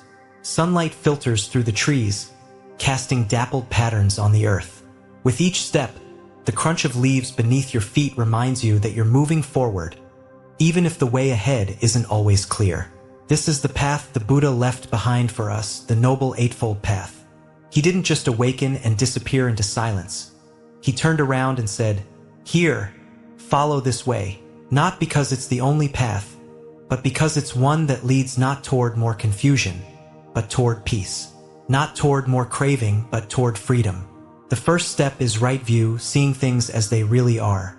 Not as we wish them to be, not as we fear they are, but simply as they are. This sounds simple, but have you ever noticed how much we resist reality? We get upset when people don't act the way we want. We cling to things, even when they're clearly slipping away. We tell ourselves stories about what should be, instead of looking at what is. There was a time in my life when I clung tightly to an idea of who I was supposed to be. I had this image carefully crafted, unconsciously built, of what a good life looked like, what a successful person should achieve. And whenever life veered off script, whenever things didn't match the version I had in my head, I suffered. Right view isn't about being passive. It's about meeting life with open eyes, seeing that everything changes, that clinging leads to suffering, that nothing, no success, no failure, no fleeting moment of happiness can be held on to forever. And when we really see that, something softens. We stop fighting the tide, and we learn to flow.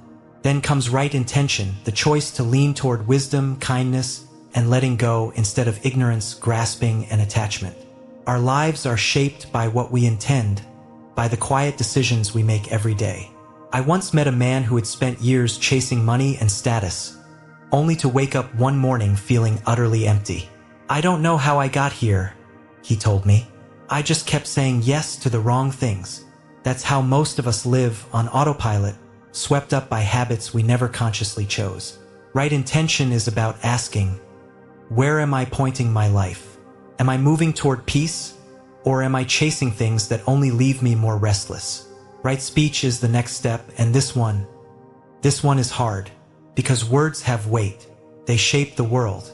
A single sentence can lift someone up or crush them completely. And yet, how often do we speak without thinking? How often do we let anger, pride, or carelessness guide our words? I used to believe that honesty meant saying whatever was on my mind, no filter. But the Buddha taught that speech should be true, kind, and useful. If it's not all three, maybe silence is better. Right action follows, living in a way that causes no harm. It sounds simple, but in a world where it's easy to turn a blind eye, where harming others and ourselves is often normalized, it takes deep awareness. Right action isn't about following a list of rules. It's about walking gently, leaving as little suffering in your wake as possible. Then there's right livelihood, earning a living in a way that doesn't cause harm. In a world where success is often measured by profit alone, this teaching reminds us that how we make a living matters. If our work contributes to suffering, can we change it? If our job drains the life from us, can we shift towards something more meaningful? Right effort is about cultivating what is wholesome and letting go of what is not. It's the quiet discipline of choosing, again and again, what leads toward peace, even when it's hard. It's catching ourselves when we slip into old patterns. It's gently nudging our minds away from resentment, fear, and greed, and toward patience, love, and understanding. I used to think spiritual practice should feel effortless. But the truth is, anything worth growing takes effort. A garden doesn't bloom overnight. A peaceful mind doesn't appear just because we wish for it. Take steady daily care. Right mindfulness teaches us to be fully present, to actually live in the moment we're in, instead of constantly reliving the past or worrying about the future. If you've ever eaten a meal while scrolling through your phone, or found yourself nodding in conversation without really listening, you know how easy it is to drift through life half asleep. Right mindfulness is the gentle practice of waking up. And finally, right concentration, the deep focus that comes from a steady mind. A mind trained in meditation, in stillness, is like a quiet lake that reflects the sky clearly. Without it, our thoughts scatter in every direction, pulling us into stress, distraction, and craving. I used to struggle with meditation. I thought I was supposed to clear my mind, and every time a thought arose, I felt like I had failed. But the mind isn't supposed to be empty, it's supposed to be aware. Concentration isn't about getting rid of thoughts. It's about learning not to be dragged around by them. Each of these steps, each piece of the path, leads to the next. And the beauty is, you don't have to master them all at once. You don't have to walk perfectly. You just have to walk. And that's the part that took me the longest to understand. That awakening isn't about arriving. It's about walking. It's about choosing again and again to take one mindful step, then another. There's a story of a monk who was asked how he had attained enlightenment. He smiled and said, "I chop wood. I carry water." The same thing he had been doing before, but now with awareness, with peace. That's the heart of this path. We still wake up and go to work. We still have families, responsibilities, hard days, and good ones. But with every step, we can choose to meet life with wisdom instead of delusion, with patience instead of reactivity, with kindness instead of fear. And when we do that, not perfectly but sincerely, we begin to notice something. The suffering that once felt so heavy starts to lift. The restlessness begins to settle. The craving for something more starts to fade. And we realize, maybe for the first time, that everything we were looking for has been right here all along. Not in the next achievement, not in the next relationship, not in the next version of ourselves, but here, in this step, in this breath. One step at a time, we walk toward home. And home was never somewhere else. It was always right here. Chapter 5, the moment the Dhamma eye opens. I used to believe that real change, deep, lasting transformation came in dramatic waves. That one day, something big would happen, and suddenly, I'd be different, wiser, more peaceful, free. But life doesn't always unfold in grand gestures. Sometimes the most profound shifts happen quietly, like the way morning light enters a room. You don't notice it all at once, but suddenly, everything is bathed in gold.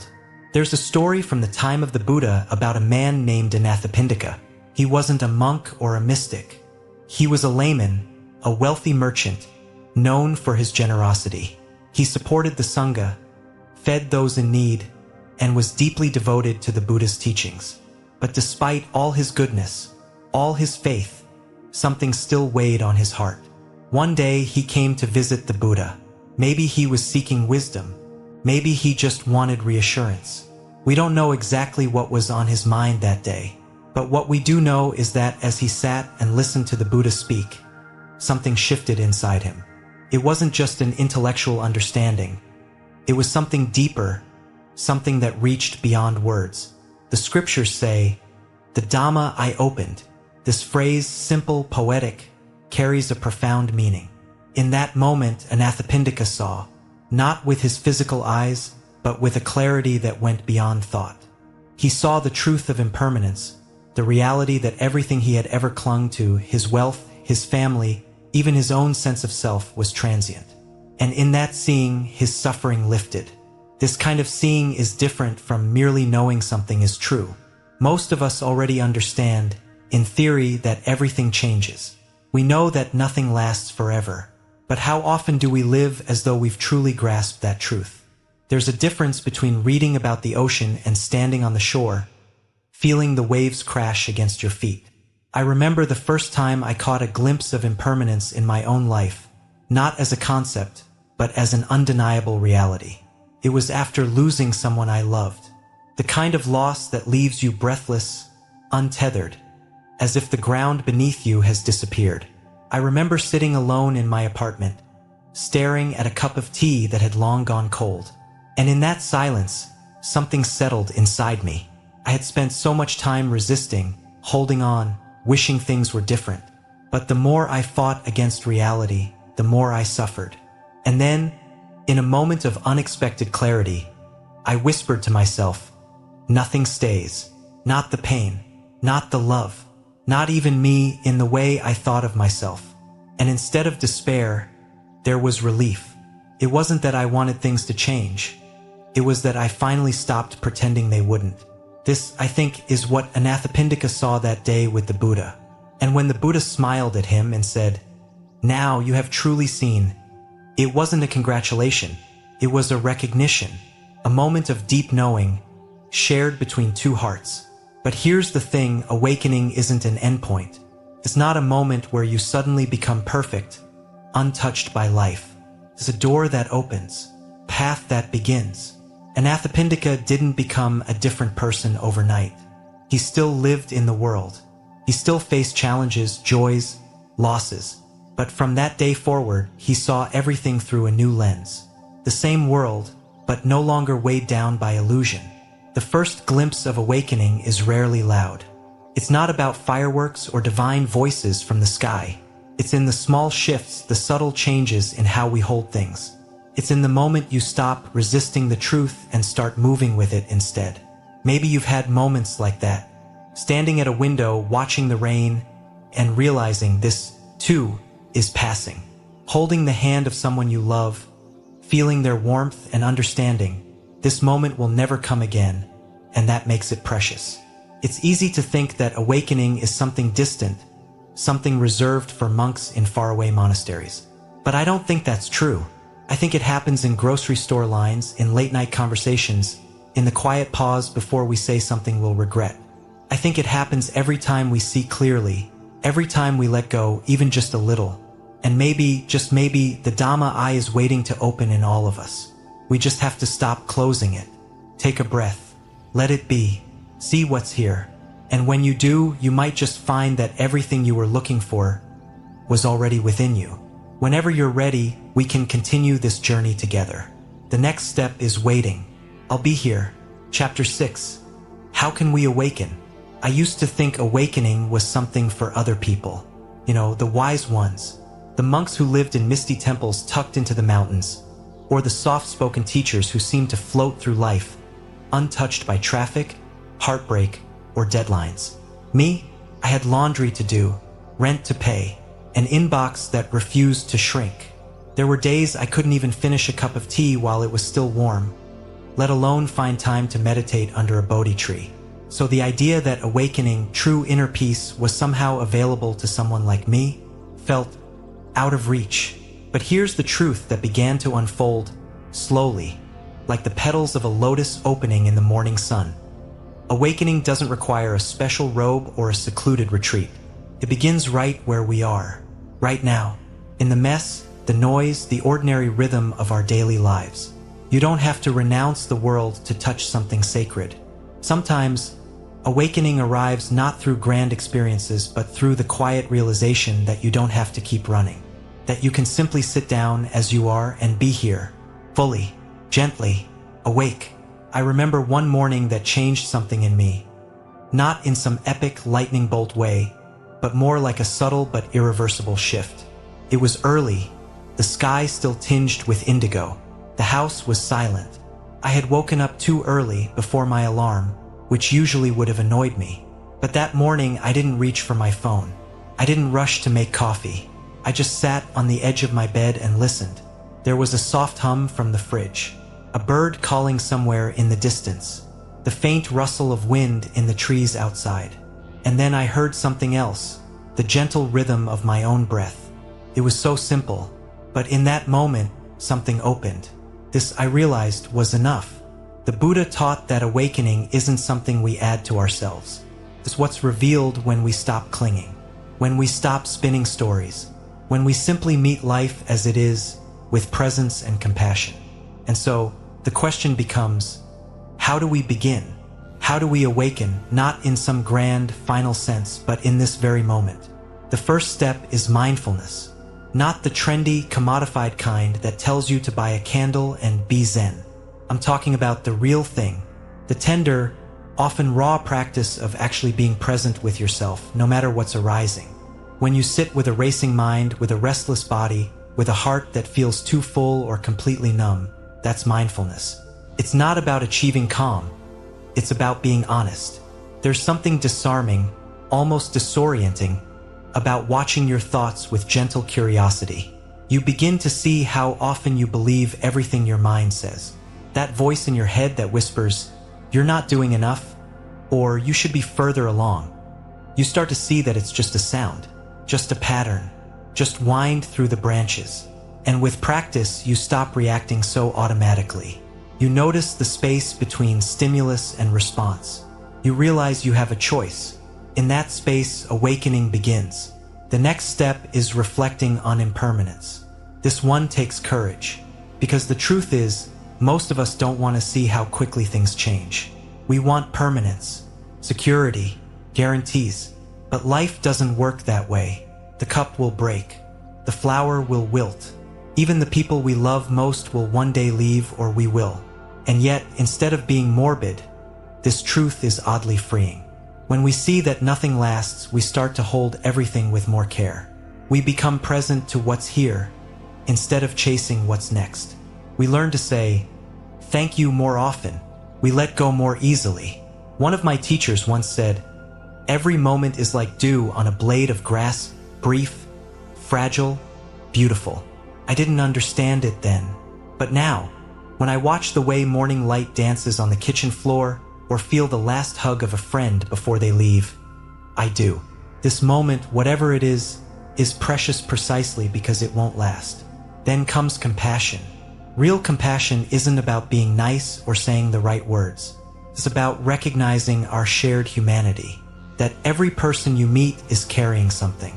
That even the one who cuts you off in traffic or speaks harshly at work, they're probably suffering in ways you can't see. And that includes you too. Self-compassion is often the hardest part. We're taught to be kind to others, but no one teaches us how to be gentle with ourselves, how to forgive the mistakes, how to sit with our own sadness without rushing to fix it, how to say, I'm doing the best I can, and mean it. When we drop the illusion of separation between me and you, right and wrong, success and failure, something softens. We begin to walk through the world with a little more tenderness. We stop bracing so much. We start to trust that kindness, not fear, is our truest compass. And finally, perhaps most quietly, we learn to embrace uncertainty. This may be the hardest and most beautiful part of awakening. Letting go of the need to know what's coming. The mind wants answers, but the heart just wants peace. Life is uncertain, always has been, always will be, but that doesn't mean we're powerless. It means we're free. Free to stop gripping so tightly. Free to respond instead of react. Free to love without needing a guarantee. In the end, awakening isn't about becoming someone new. It's about remembering who we already are beneath the fear, the noise, the striving. It's sitting down on your cushion, or your kitchen floor, or the park bench where the breeze brushes your face, and whispering to yourself, I'm here. And then doing it again tomorrow. The earth may not shake, but your life, quietly, deeply, begins to change. And so if you're wondering whether you're on the path, take heart. You're already walking. Every mindful breath, every act of kindness, every moment of letting go. These are steps, not towards some far-off mountaintop, but back to yourself, back to the home you never really left. Let's keep walking together. We often think awakening is something distant, reserved for monks or sages. But sometimes, it's simply the moment you realize there's nothing left to hold on to. When we stop clinging to impermanence, to emotions, to desires we thought were permanent, we see that letting go is not losing, but finally seeing clearly. Like a broken mirror, only when you stop trying to piece it back together do you realize you don't need it to see yourself. So, what is one thing you're holding onto today that's making you weary? Share your thoughts in the comments. I would love to hear from you. And if this journey resonates with you, subscribe to Lotus Light Teachings. Not just to watch more videos, but to plant seeds of wisdom together. See you in the next video where we continue learning how to see clearly without needing to control.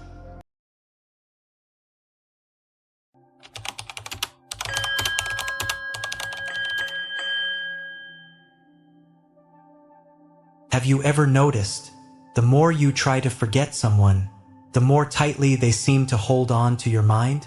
It's strange, isn't it? They're no longer in your life, not in your room, not in your days, and yet they're everywhere, in the silence between two songs, in the way your breath catches when a memory stirs, in the dreams you didn't ask for. Why is that? Today we'll walk gently into this mystery. Through the lens of Buddhist wisdom, we'll explore why some people stay alive in our thoughts, long after they've left our lives. But this isn't about forgetting them. is about finding freedom.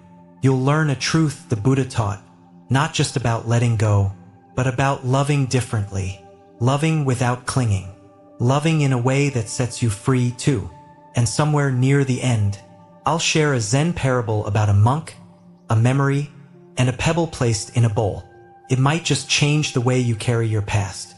So if something in you is still holding on, join me. Let's walk this path together, softly, one breath at a time. And if you feel called to, subscribe to Lotus Light Teachings, not just to watch, but to walk this journey with us. Chapter 1, The Fire We Thought Was Love. I thought I missed him, but it wasn't him I longed for. It was who I was when he loved me. There was a time in my life when I'd wake up with the echo of someone else's name resting on my lips, like a morning prayer I hadn't meant to say. His face wasn't in front of me anymore, but somehow it still lingered, like the scent of sandalwood incense long after the stick has burned out. It's strange, isn't it? How someone can be absent from your life for years, even decades, and yet remain more present than the people sitting across from you at dinner. I didn't see his face in person, but I saw it in reflections, in the back of my mind, in quiet places, in empty cafes where I imagined him walking in, smiling, as if no time had passed. I used to call that love. But now, years deeper into this practice of presence, of letting go, of listening inward, I'm starting to see it was something else. It was attachment dressed up in love's clothing, like a fire that we mistake for warmth, until it starts to burn us. There's a Zen story I once heard, about a monk who fell in love with a traveler.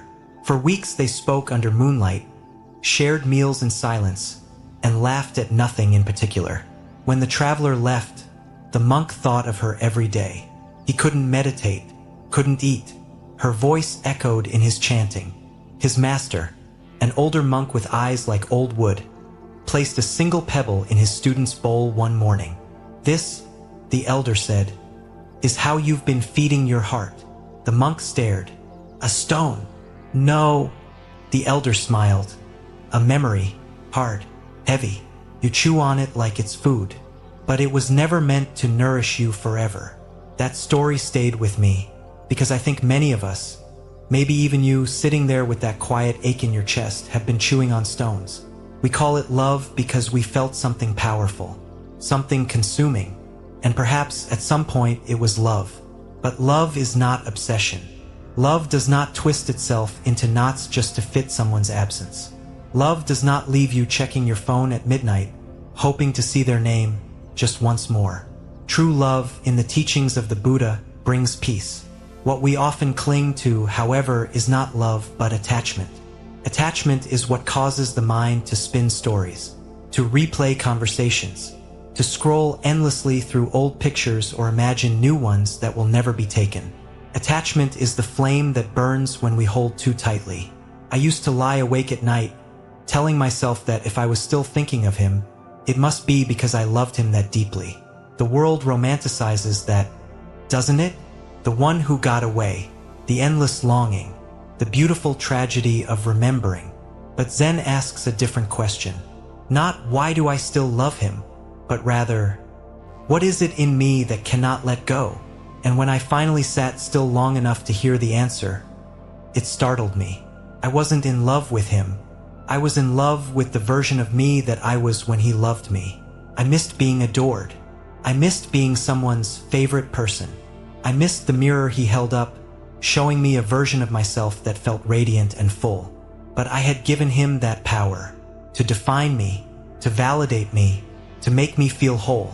So of course, when he left, it wasn't just him I lost. It was that version of me too. And that is the wound that doesn't heal easily. In Buddhist teaching, there's an image often used to describe attachment. The Buddha said it's like holding a burning coal with the intention of throwing it at someone else. You hold on, but you are the one who gets burned. That was me, holding a hot memory, waiting to blame it on someone else. But pain doesn't come from memories alone. Pain comes from our clinging to them, from our refusal to accept what has already changed. There's a soft rain falling outside as I write this. It reminds me of a morning long ago when I sat on the porch of a small temple in northern Thailand. A novice monk beside me pointed at the lotus blossoms just beginning to open in the garden. "See," he whispered, "they do not bloom by holding on to the night. They open only when they accept the sun." That image never left me, because I realized I had been trying to bloom in the dark, still holding on to someone who had long stopped walking beside me, still hoping to recreate a feeling that only ever lived in a moment that had passed. And I wonder, maybe you're doing the same. Maybe your heart has become a museum, carefully curating the best moments of what once was. But my dear friend, you were never meant to live inside a memory. You were meant to live here, now, fully. And it's okay if letting go feels like a kind of death. It is, but it's also a kind of birth. Because when you release the false idea that love means holding on, you begin to discover the kind of love that doesn't ask you to suffer. The kind of love that exists even when the person is no longer yours. The kind of love that simply wishes them well wherever they are, and wishes you well too.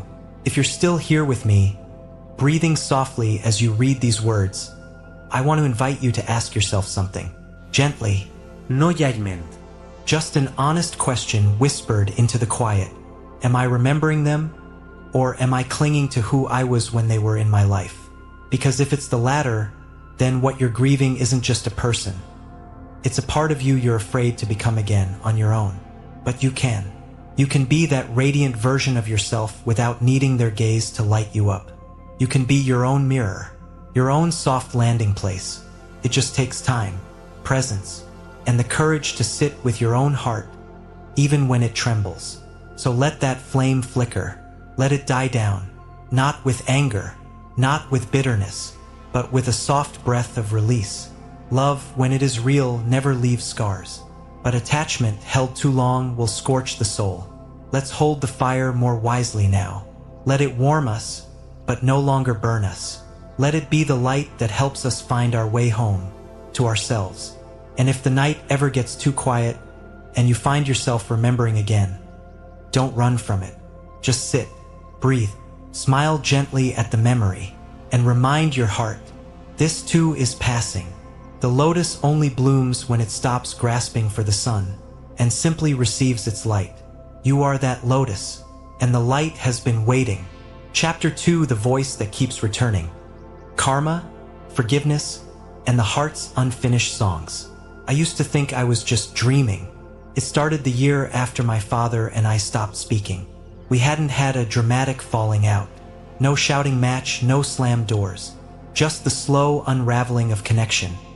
A long thread that snapped silently. First it was fewer phone calls, then birthdays missed, then nothing. But the dreams came anyway. Night after night, I'd find myself sitting at a kitchen table that looked vaguely like the one from my childhood. The lights were always dim. There was always a cup of tea cooling on the table. And he was always there, sometimes silent, sometimes speaking in that same steady tone I hadn't heard in years. And sometimes he was just looking at me with eyes full of things unsaid. I used to wake up with my chest tight, as though I had been holding my breath all night. I told myself it was just memory, that I had moved on, that I had good reason to stay away. But the dreams kept coming. And at some point, maybe during a quiet morning while journaling, or maybe while listening to the wind brush against the temple bell outside my window, I began to ask myself something I had avoided for years. What if this wasn't just memory? What if this was karma? Not in the way people often use the word as punishment or revenge, but in the older, deeper sense that the Buddha meant. Karma not as retribution, but as incompletion. Like a song that ended too soon, like a breath held too long. Karma, in the teachings I've come to love, is not about getting what you deserve. It's about finishing what hasn't yet been understood. About healing the places that are still carrying pain. About meeting what you've avoided with a different kind of presence. That's what I hadn't done with my father. I hadn't forgiven him. But more than that, I hadn't listened to what my own heart still wanted to say. So it kept speaking. Through dreams. Through sudden waves of sadness. Through old birthday cards I couldn't quite throw away. And I've come to believe that this is what the mind does when the heart hasn't finished its song. It sings it in quiet ways, over and over, A dear friend of mine once told me about the last voicemail she ever got from her mother. She deleted it in a moment of anger, only to regret it for years. Even now, she says, she sometimes hears her mother's voice in dreams, not speaking anything in particular, just a sound that seems to rise from the chest, not the mind, like a memory that isn't ready to leave. We all carry those echoes, don't we? Karmic threads that haven't yet woven their story to the end. It might be a sibling you never made peace with, a friend who betrayed you and never said sorry, or a love that vanished without explanation, leaving only a drawer full of postcards and an ache that hums beneath certain songs. And we tell ourselves to forget, to move on, to be strong. But Buddhism offers a softer path. It doesn't ask you to forget. It asks you to understand, to sit with the ache, not to drown in it, but to listen, like listening to the last notes of a lullaby you didn't know you needed. Because those who appear in our minds again and again often come bearing something unfinished. A lesson, a request, a reflection. I once asked a monk why he thought I kept dreaming of my father. We were sitting under a Bodhi tree, just as the sun was beginning to drop behind the hill. The monk didn't answer right away. Instead, he picked up a fallen leaf and turned it in his fingers. Sometimes, he said, karma comes to us not as consequence, but as invitation. Invitation to what? I asked. To open the door we closed too quickly. That night, I didn't dream of my father, but I did sit with a photograph I hadn't looked at in years. And I whispered something I had never said out loud. I forgive you for not knowing how to love me. And perhaps more importantly, I forgive myself for needing you to. In Buddhist psychology, this kind of practice isn't about blaming or excusing. It's about integration, about allowing all parts of an experience to be seen clearly without grasping or pushing away. It's like when a river meets a stone. It doesn't stop. It doesn't break. It simply flows around it with awareness, with patience, with grace. That's the practice of karma, letting the stream of your life meet each unfinished place with compassion, so the current can keep moving. There's a story from the Zen tradition about a man who carried a heavy sack of stones across a desert. When asked why he carried them, he said they were reminders of everyone who had ever wronged him. And what will you do with them when you arrive? A traveler asked. I don't know, the man said. I just know I don't want to forget. But by the time he reached the other side, his back was broken, his heart bitter. This story doesn't end with a lesson shouted. It ends with the image of the sack, resting silently by the side of the path, waiting for us to decide when to set ours down, too. I don't think I'll ever forget my father, and maybe I'm not meant to, but I no longer carry the same sack. Now, when he visits me in dreams, I sit with him. Sometimes we speak. Sometimes we just sit, sharing tea in silence. And when I wake, it feels less like longing and more like peace. If there's someone in your life who keeps returning in thought, in dream, in unexpected memories, don't push them away just yet. Ask instead, what is unfinished between us? What part of me still wants to be heard? What lesson remains unlived? Sit with the question, not to get a quick answer, but to allow the truth to rise gently, like morning fog lifting over the garden of your heart. And when it comes, welcome it like a long-lost friend. Because karma doesn't seek to hurt you. It seeks to complete you, to teach you how to stand with all the versions of yourself you've been, and still choose softness. To teach you how to hear a voice from the past and reply with love. Not because it was easy, but because your heart was ready to sing again. Chapter 3, the mirror we try not to look into, how others reflect the self we hide from. I used to get annoyed by this one woman at the meditation group I attended. She was always a little too loud, a little too polished. She'd float into the room like a swan wearing perfume, talking just a bit too confidently, always quoting something wise right after the teacher had finished speaking. And then she'd smile as if her presence was a blessing. It irritated me more than I wanted to admit. I remember coming home after one particular gathering, sighing loudly as I kicked off my sandals. I told myself she was just performative, that she wasn't authentic, that I couldn't trust people like her. But as I said the words out loud to my partner, he simply looked at me and asked, "Are you sure it's her you're mad at?" I didn't answer. I just went quiet. But something inside me started to feel exposed, like someone had turned on the lights too suddenly in a room I hadn't cleaned. That night, I sat with my tea in silence.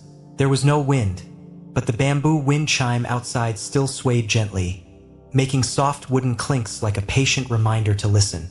And in that stillness, something very old began to rise in me. A memory not of her, but of me.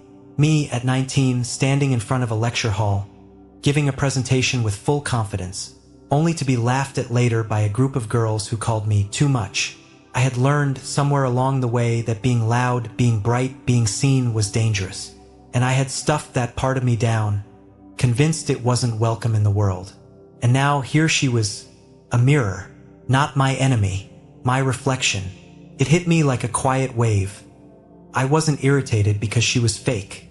I was irritated because I had disowned the part of me that used to be like her, that longed to shine unapologetically. And instead of facing that ache, I projected my discomfort onto her. We all do this, and that's okay. But what's not okay, what keeps us stuck, is when we don't realize we're doing it. Carl Jung called it the shadow, the parts of ourselves we deny, suppress, reject. Buddhism, in its own way, agrees. The outer world, in Zen teaching, reflects the inner world. The people who stir us, trigger us, challenge us, are rarely just out there. They are invitations to turn inward.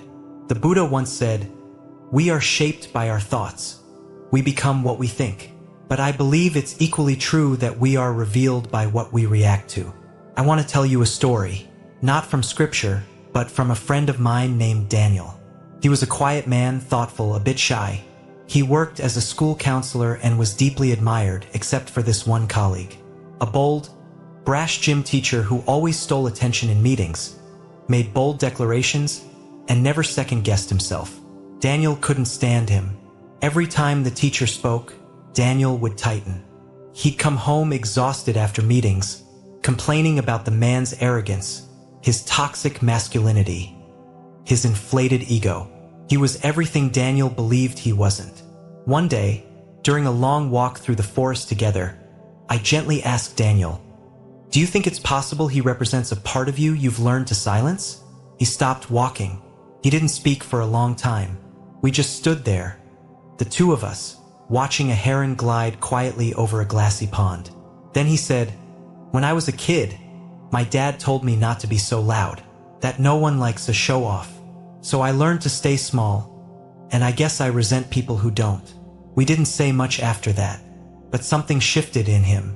Not dramatically, not all at once, but the next time we spoke, he told me he had started saying what he really thought in meetings. He didn't try to imitate the gym teacher, but he no longer feared being noticed. That's what happens when we reclaim the shadow, not by fighting it, but by welcoming it back home. In Zen practice, there is a gentle invitation to sit with what arises. That includes not just our pain or our memories, but our reactions to others. The next time someone stirs you, whether through jealousy, irritation, or judgment, I invite you to ask softly, without shame, what part of me do they mirror that I've buried? It's not always obvious. Sometimes the mirror is warped. Sometimes the reflection is covered in fog. But if we sit long enough, the image begins to appear. And once it does, we stop seeing that person as the problem. We start seeing them as the path. There's a quiet kind of freedom in that. Not the kind that comes from cutting people out or changing them, but the kind that comes from returning to yourself whole and unashamed. Imagine a garden, wild, messy, and full of life. Some flowers bloom easily in the sun. Others hide beneath the soil, waiting for a sign that it's safe to come out. The shadow is like that. It's not evil. It's not dangerous. It's simply the part of you that's been waiting to be seen without fear. That woman from the meditation group, I eventually spoke to her. We shared tea after one session, and I told her, awkwardly but honestly, that I had found her presence challenging at first, and that it had helped me see something in myself I had buried. She didn't laugh. She didn't judge. She just smiled, eyes soft, and said, "Me too. I've spent most of my life wondering if I'm too much." That moment, that's what healing looks like. Two mirrors gently turning toward one another. I still get triggered. Of course I do. I'm human. But now, when it happens, I try not to run. I try to breathe, to look deeper, to see if the anger, the envy, the discomfort is really just a part of me knocking on the door, asking to be loved. And when I'm brave enough to open that door, even just a little, I often find the ache isn't as sharp as I thought. Sometimes it's just a younger version of me asking to come home. So tonight, if someone comes to mind who has unsettled you, someone whose presence seems to linger like a thorn, try this gentle question. What is it about them that bothers me most? And listen, not with judgment, but with curiosity. Maybe what you'll hear is the sound of your own voice, buried beneath the noise of expectations and shame, quietly asking to be heard again. And maybe, just maybe, you'll find that what once felt like a wound was really an unopened door. Let's open it together. Chapter 4, The Life That Could Have Been. When we can't let go of the ending we imagined. I used to think closure came with a conversation. You know, that final cup of tea, the long walk, the kind, slightly teary exchange where both people finally say the things they never said. Maybe it ends in a hug, or a smile, or at the very least, mutual understanding. Clean, complete. But life rarely gives us that. Instead, we're left with echoes, unsent messages, questions that swirl around the room like incense smoke long after the fire has gone out. He left without saying goodbye, and I stayed, not just physically, but emotionally, mentally, spiritually. I stayed in the unfinished pages. I stayed in the parallel lives we never lived. And every night, like clockwork, my mind would press replay. I'd walk through the scenes again, say something different, ask the right question. Maybe this time he wouldn't leave. Maybe this time he'd understand me. Maybe this time the ending would change. But it never did, because it wasn't him I was trying to hold on to. It was the outcome I had imagined, the future we never got to live. And that kind of clinging, it's the most invisible kind of suffering. It doesn't scream, it whispers. It sneaks in like a daydream while you're washing dishes or folding laundry. It curls up beside you in the quiet moments and reminds you, not of what was, but of what could have been. And that, my friend, is the deepest ache. There's a Zen phrase I've always loved, Shoshin. It means beginner's mind. It's the practice of meeting this moment, the one right in front of you, with openness, without assumptions, without the tight grip of expectation. But when we're attached to outcomes, we do the opposite. We carry old scripts into new scenes. We hold on to how things should have gone like a map that leads us back to a place that no longer exists. A man I once knew, let's call him Sam, used to tell me about the woman he almost married. 10 years had passed. He had moved across the country, changed careers, dated other people, and still her name sat just under the surface of everything. He told me that every time he was alone, he'd catch himself playing out the life they didn't live. He knew rationally that it was over, that it had ended for good reasons. But in his heart, he was still chasing the version of the story where they made it. "Do you think I'm grieving her?" he asked me once. I thought for a moment, then said gently, "I think you're grieving the life you imagined." There was a long silence, the kind of silence that feels like truth has just entered the room. He nodded, and I could see something soften in him. Because when we name it, when we see that we are mourning not the person, but the picture, we begin to reclaim our peace. In Buddhist teachings, suffering often arises not from what is, but from our resistance to what is. We don't suffer because someone left. We suffer because we wanted them to stay. We suffer because our hearts wrote a future our lives didn't agree to. That's the trap of the what if. What if I had said it differently? What if I had fought harder? What if we met now, not then? What if, it's like grasping at fog. No matter how tightly you close your hand, you cannot hold it.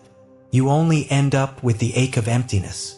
Zen invites us instead to let go of the storyline, to sit in the unknowing, to allow the mystery of what happened to simply be. No fixing, no rewriting, just presence, just the breath in your body, the weight of your feet on the floor, the truth of this moment, unadorned. One morning, while staying at a small retreat center nestled in the hills, I watched a lotus bloom just as the sun rose. It opened so slowly, I almost missed it, but what struck me wasn't the flower. It was the way the petals let go. Not all at once, not dramatically, just gently, one soft layer at a time. And I thought maybe that's how we heal, not by forcing ourselves to move on, but by letting go, layer by layer, breath by breath, until what remains is just stillness. There's a beauty in mourning what never happened. It means your heart was capable of dreaming, of hoping, of loving, but there's also beauty in coming back to the life that is, to the tea growing cold in your hands, to the laughter of your friend on the phone, to the stranger who smiled at you in the grocery store when you felt invisible. This life, your real life, is not the consolation prize. It's the only one you truly have, and it is still full of mystery, still full of moments waiting to bloom. Sometimes I still catch myself drifting, especially late at night when the world is quiet and my mind has space to wander. I'll imagine the version of me that ended up with him, the house we never lived in, the child we never had, the arguments we never got to work through, the ordinary things we never grew old doing. But now, when those thoughts come, I don't chase them. I don't try to rewrite them. I just smile gently, the way you might smile at a paper boat floating down a stream. You don't need to rescue it. You don't need to follow it. You just watch it pass. Because this moment, this version of life, is enough. And even if it's not the one you pictured, it's the one that's real. The one where healing is possible, where peace is possible, where you can love not just what was or what might have been, but what is. So tonight, if you find yourself replaying the old movie, imagining different endings, I invite you to pause. Place your hand on your heart, take a breath, and whisper to yourself, I release the life that never was, and return to the one that still waits for me. Because peace doesn't come from the story you wanted. It comes from loving the one you're in. And that love, that quiet, present, faithful love, is always here, waiting, like the morning sun behind the clouds, ready to rise again. Chapter 5, The Sky Behind the Clouds. Finding yourself beyond the thought. There was a time I believed every thought that entered my mind. If the voice in my head said, he doesn't care about you anymore, I'd feel a pit in my stomach. If it whispered, you'll never be whole without them, I believed that too. The mind would serve up images like a film projector, old memories, imagined futures, worst-case scenarios, and I would sit there motionless, letting the real play. I didn't realize I had a choice, that I could stop being the audience to every passing storm. It took me years, and more than a few nights staring at the ceiling with an ache I couldn't name, to understand that not every thought was the truth. Sometimes a thought is just a cloud, not a prophecy, not a command, not a verdict, just vapor, passing, disappearing if you let it. There's something deeply comforting about that idea, isn't there? It means that even the heaviest thoughts, the ones soaked in fear or sadness, don't have to define you. They don't have to be your identity. They don't have to stay. I remember once, during a silent meditation retreat in a small mountain temple, the teacher invited us to sit and watch our thoughts, like clouds in the vast blue sky. It sounded simple enough, but of course it wasn't. At first, all I could hear was noise. Plans, regrets, fragments of conversations. The voice of someone I hadn't seen in years suddenly whispering in my mind.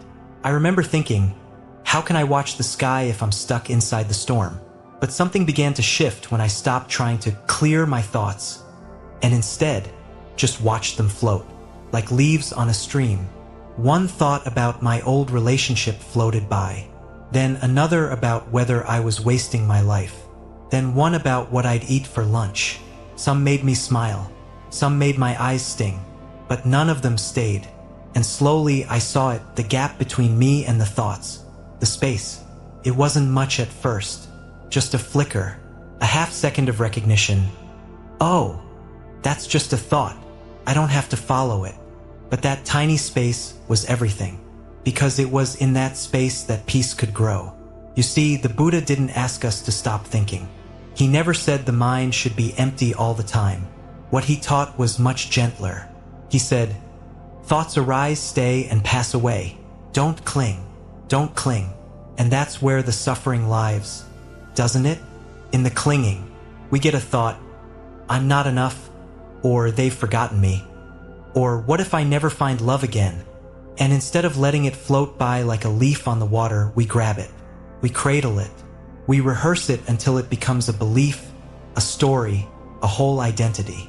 We stop seeing the sky. We only see the clouds. But the sky, the vast, open awareness behind it all, is always there. It's the part of you that notices the thoughts, that can name them without becoming them. And the more you practice returning to that sky, the less the clouds scare you. There's an old Zen story I love about a young monk who ran to his teacher in a panic. "Master, my mind is full of terrible thoughts," he said. The teacher replied, "Leave the door open. Let them come. Let them go. Just don't serve them tea." That story makes me laugh gently every time I remember it. Because how often do we serve tea to our worst thoughts? We invite them in. We decorate the table. We ask them to stay a while. And then we wonder why our hearts feel so heavy. But what if we didn't have to be such generous hosts to our suffering? What if we could learn to simply notice the thought, nod to it with kindness, and let it pass? There's a practice in mindfulness meditation called noting. When a thought arises, instead of diving into its content, you simply label it. Thinking, or more specifically, planning, remembering, worrying, judging. Just a label. No judgment. No analysis. And with that tiny shift in attention, something loosens. Because now you're not in the thought. You're observing it. You've stepped back into your true nature. Not the ever-changing weather, but the wide sky holding it all. I remember once during a particularly heavy time, post-breakup, still raw and lost, I walked through a garden just before dusk. The wind was soft. The lanterns were flickering. The temple bell had just rung for evening prayer. I sat by a small stone bench under a fig tree, and a thought came, "You're always going to feel like this." For a moment, I believed it. Then I remembered the leaf. I imagined that thought like a single yellow leaf, falling from a high branch into the stream beside me. And I let it float, just like that. And in that quiet moment, something tender rose within me. Not a grand realization, just a gentle knowing. This too will pass, because thoughts always do. They only stay when we grab them and call them me. But you are not your thoughts. You are the awareness that sees them. You are the stillness behind the storm. You are the sky behind the clouds. So next time a painful thought arises, whether it's about someone you can't forget, or a future you're afraid won't come, try this. Pause. Take a breath. Label it gently. This is sadness. Or this is fear.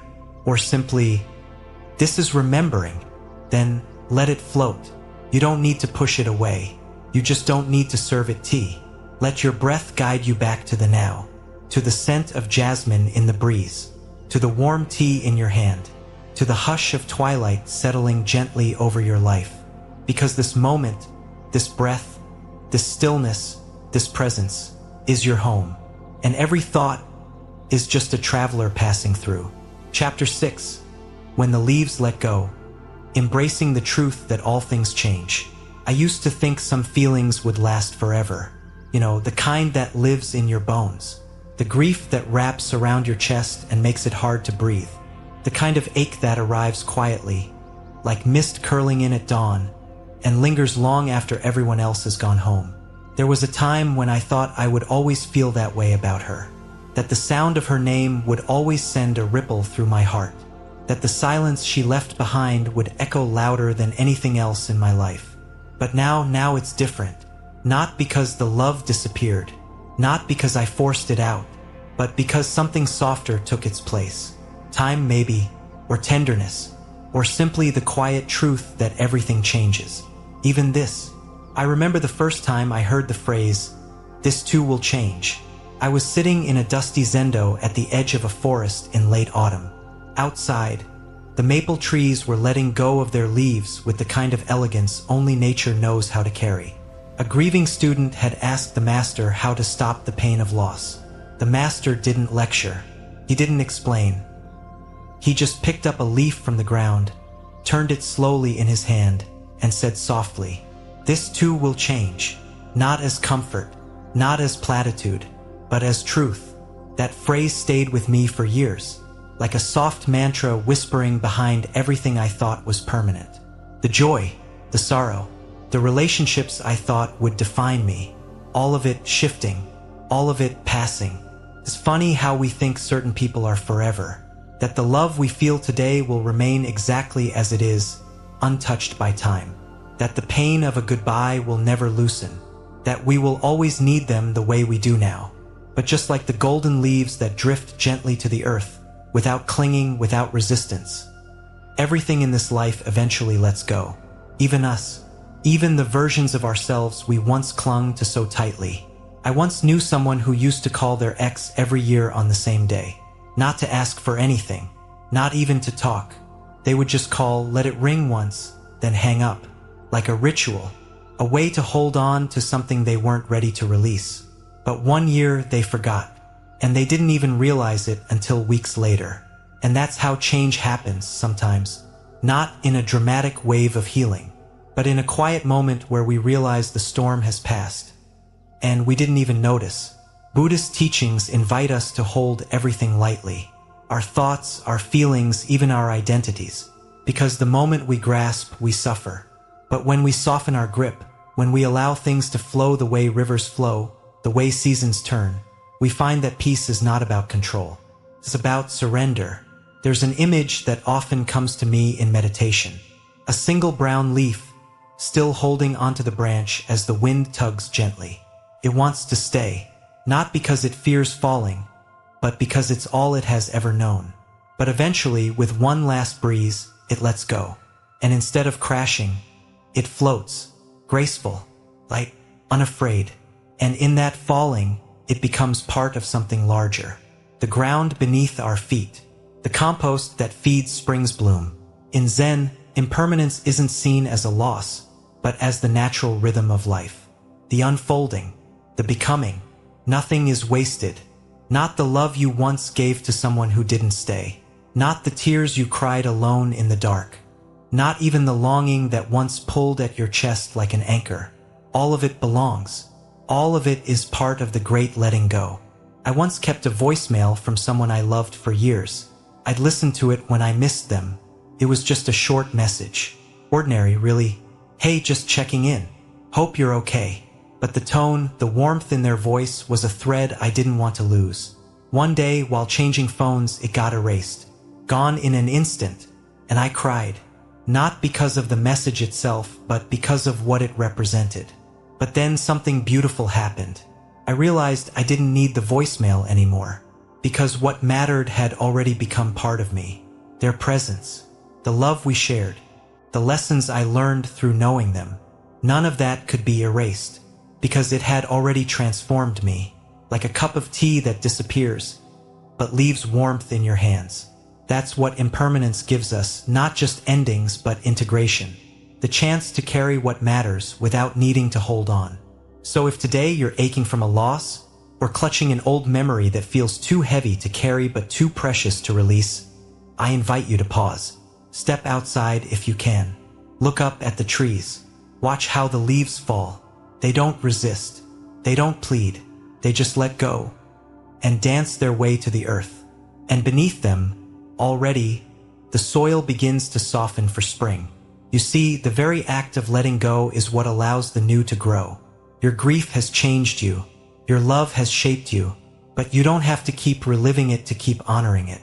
Let it become part of you, not as pain, but as depth. Let the person who once consumed your thoughts become a soft, distant hum in the background of your being. Not forgotten, just transformed. And trust, with your whole heart, that no storm lasts forever. Not even this one. And one day, sooner than you think, you'll wake up and feel the breeze again. Not as a reminder of who left, but as a whisper of everything that is still arriving. You'll feel the sun. You'll smile for no reason. You'll find yourself laughing at something small, like the way a bird hops sideways along the railing, or the sound of rain tapping gently on your window. And in that moment, you'll realize something has shifted. You've changed, because everything changes. Even the ache, even the story, even the you who once thought this feeling would never end. Let that version rest now. Let them go like a leaf in the wind, and watch what grows in the space they leave behind. Because peace is not the absence of change. Peace is learning to love the change, to trust it, to become it, like the lotus that only blooms because the mud was once so deep, like the sky that opens only after the rain, like your own heart learning, finally, gently, faithfully, how to hold itself. Chapter 7: The ones who arrive to break you open. When a soul enters just to change you, there are people who don't stay. They arrive like rain in the middle of a drought. Unexpected, overwhelming, beautiful, and then they vanish. Not because they were never meant to be there, but because their role was never to stay. I didn't understand that at first. I used to believe that if someone made your soul stir, if your entire being shifted just by standing next to them, it must mean something lasting, something destined. But sometimes, what is destined isn't forever. Sometimes it's just enough. Enough to awaken something that had been sleeping in you. Enough to crack open the shell around your heart so the light could finally get in. I learned this slowly, not through teachings or books, but through ache. Through remembering someone I could not forget, long after they had gone. Through feeling their presence in my dreams, in songs, in moments so ordinary they made my eyes sting. And it wasn't because they were perfect. In fact, they hurt me, not cruelly, not even intentionally, but in that soft, brutal way that life sometimes uses to peel us open. For a long time, I kept asking, why can't I forget them? Why does my heart still reach toward a story that has no more pages? Why are they still in my thoughts, years after the door closed? And then, one evening, I heard something in a Dharma talk that shifted everything. Some people do not come to love you. They come to awaken you. The words hit like a bell struck at midnight. It wasn't a mistake. It wasn't obsession. It wasn't failure. It was a soul assignment. You see, in Buddhist wisdom, and especially in the Zen and Tibetan traditions, there is this quiet understanding that not all suffering is meant to be eliminated immediately. Some of it, paradoxically, is sacred, transformational, chosen by the soul before we even arrived in this body. There is an old parable I once heard from a teacher during a retreat in Kyoto. A young monk had been betrayed by his own brother. They had entered the monastery together, grown under the same roof, practiced the same sutras. But the brother, caught in jealousy, accused him of stealing sacred texts and had him banished from the temple. For years, the monk wandered, angry, lost, alone, until one day, while walking beside a quiet stream near a forest temple, he looked down at his reflection and didn't recognize himself. Not because he had become worse, but because he had become deeper, softer, freer. And in that moment, he realized it was through the betrayal that he had truly begun his path. It had cut the final thread tying him to praise, to image, to approval. His enlightenment hadn't been found in the safety of brotherhood. It had begun with the wound. The teacher who told that story paused and said quietly, sometimes, the one who hurts you most is the one your soul loves most, because only they were willing to play that part. I think about that a lot, about how life isn't always fair, but it's often wise. How the ones who challenge us, reject us, abandon us, may be playing the role we ask them to, not with malice, but with purpose, to teach us how to forgive, how to let go, how to rise when no one is clapping, how to love without needing to possess, how to become someone we would not have become had they stayed. One afternoon, I was sitting in the temple garden after a particularly long sit. The light was changing, the kind of golden light that makes everything feel holy, and the wind carried the scent of old jasmine petals. I was thinking of someone I hadn't thought of in a while, someone who had changed me and left. And for the first time, instead of sorrow, I felt gratitude. Not the kind you perform, the kind that comes from the bone. because in their absence I had learned how to be present. In their silence I had learned to hear myself. In their leaving I had met the part of me that could stay. So perhaps the question is no longer, why can't I forget them? Perhaps it's this, what have they been trying to teach me all along? And even more tenderly, who have I become because of them? There's a beautiful teaching in Buddhism that says our enemies may be our greatest spiritual allies. That those who stir our deepest pain may also carry our deepest lessons.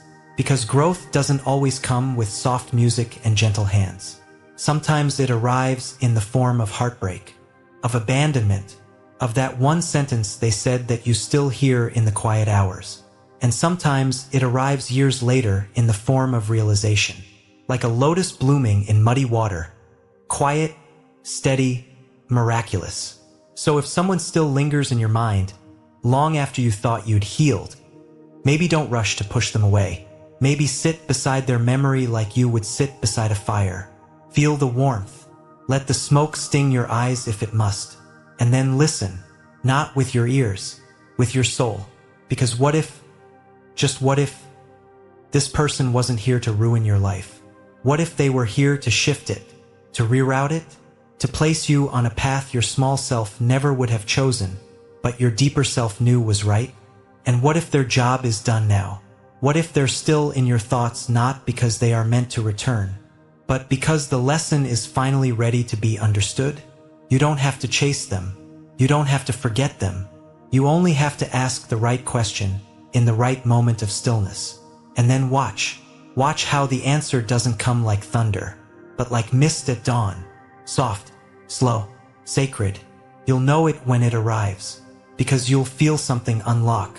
Not out there, in here. And in that moment, you might whisper something you never thought you'd say. Thank you for playing your part. And then gently, finally, let them go. Not with bitterness, not with longing, but with grace, as if placing a feather into the wind and watching it drift home. Chapter 8, The Way Water Softens Stone. 5 gentle practices for letting go without forcing it. I used to believe that letting go had to be dramatic, like tearing something out by the roots, like storming into your past with a torch and burning it clean. I imagined it would feel like triumph, strong, loud, maybe even a little cinematic. But it didn't feel like that at all. Letting go, when it finally happened, came like a sigh, quiet, barely noticeable, like mist lifting from the surface of a pond at dawn. I didn't even realize it had happened at first. I just noticed one day that the thought of them didn't sting the same way anymore. And that was when I understood. Letting go doesn't always mean doing something. Sometimes it means doing a little less. It means not clinging, not chasing, not forcing yourself to forget or forgive on schedule. It means letting your heart soften in its own time. In Buddhism, the practice of release, of truly freeing the mind from its entanglements, is never an act of violence. It's not about pushing memories out. It's not about deleting someone from your head like a file from your desktop. It's more like watching a river. You sit on the bank. You watch your thoughts pass, like leaves or petals floating by. You don't dive in. You don't dam the stream. You don't try to catch and hold every leaf. You just breathe, watch, let it flow. And slowly, very slowly, the water starts to calm. Here's what I've learned, not just from teachings, but from living through them, crying through them, and returning to them again and again when I didn't know what else to do. Letting go begins with presence, and presence begins with practice. Gentle, everyday practice, not dramatic gestures, but small sacred steps you take with your bare feet on the ground of your own heart. So today, I want to share with you 5 simple practices that have helped me loosen my grip, not on the love, but on the suffering. On the need to control the story, on the idea that peace only comes when the past is perfectly resolved. These are not prescriptions. These are invitations. Let's walk through them together, like petals falling on the surface of the stream. The first, for me, was learning to just observe. I remember one afternoon, sitting alone on the temple porch, watching clouds drift across a pale blue sky. My heart was heavy that day. Thoughts of someone I once loved kept returning. Not with sharp pain anymore, but with a kind of wistful ache. I had spent so many years either fighting those thoughts, telling myself I shouldn't think about them, or feeding them, turning them over and over until they became sharp again. But that day I just watched. I let the thought arise. I let it stay, and then it passed. It was just a thought, not a truth, not a demand, just passing weather in the sky of my mind. That's what mindful observation is. Letting a thought be a cloud, not something to solve, not something to shame yourself for, just a visitor, pausing for tea and then leaving on its own. As the old teaching says, what you resist persists. What you observe transforms. The second practice came in the form of a question I wasn't ready to answer, until I was. What part of me is still holding on? Not what part of me still misses them. That was too easy. But what part of me, my identity, my fear, my longing, was wrapped around their memory like vines around a stone? And more importantly, could I meet that part of myself with kindness? Not try to cut it away, but sit beside it like a child who's afraid, who needs listening, not fixing. This is what I call compassionate inquiry. It's not interrogating yourself. It's inviting yourself to speak. It's looking at your ache and saying, I see you. You're welcome here, but you don't have to drive anymore. When I finally asked, gently, what am I really holding on to? I found my answer wasn't about them at all.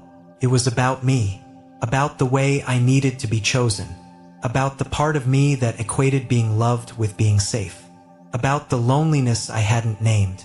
And with that awareness, something loosened, not gone, just softer. The third practice isn't glamorous. It doesn't make a great story, but it might be the most important. Acceptance, not as defeat, but as freedom. I used to think acceptance meant giving up, that if I accepted the loss, the silence, the unanswered questions, it meant I didn't care anymore. But that's not what acceptance is. Acceptance is not giving up. It's giving space. It's letting go of the grip, not the memory. It's saying, this happened, and I may never fully understand it, but I will stop trying to wrestle it into something it's not. There's a small practice I use now. When I notice myself gripping, whether it's a memory, a hope, or a fantasy, I look at my hands. Are they clenched? If they are, I open them, just slightly.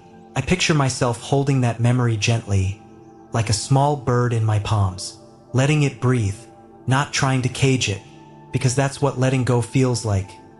Not a slam of a door, but the quiet opening of your hands.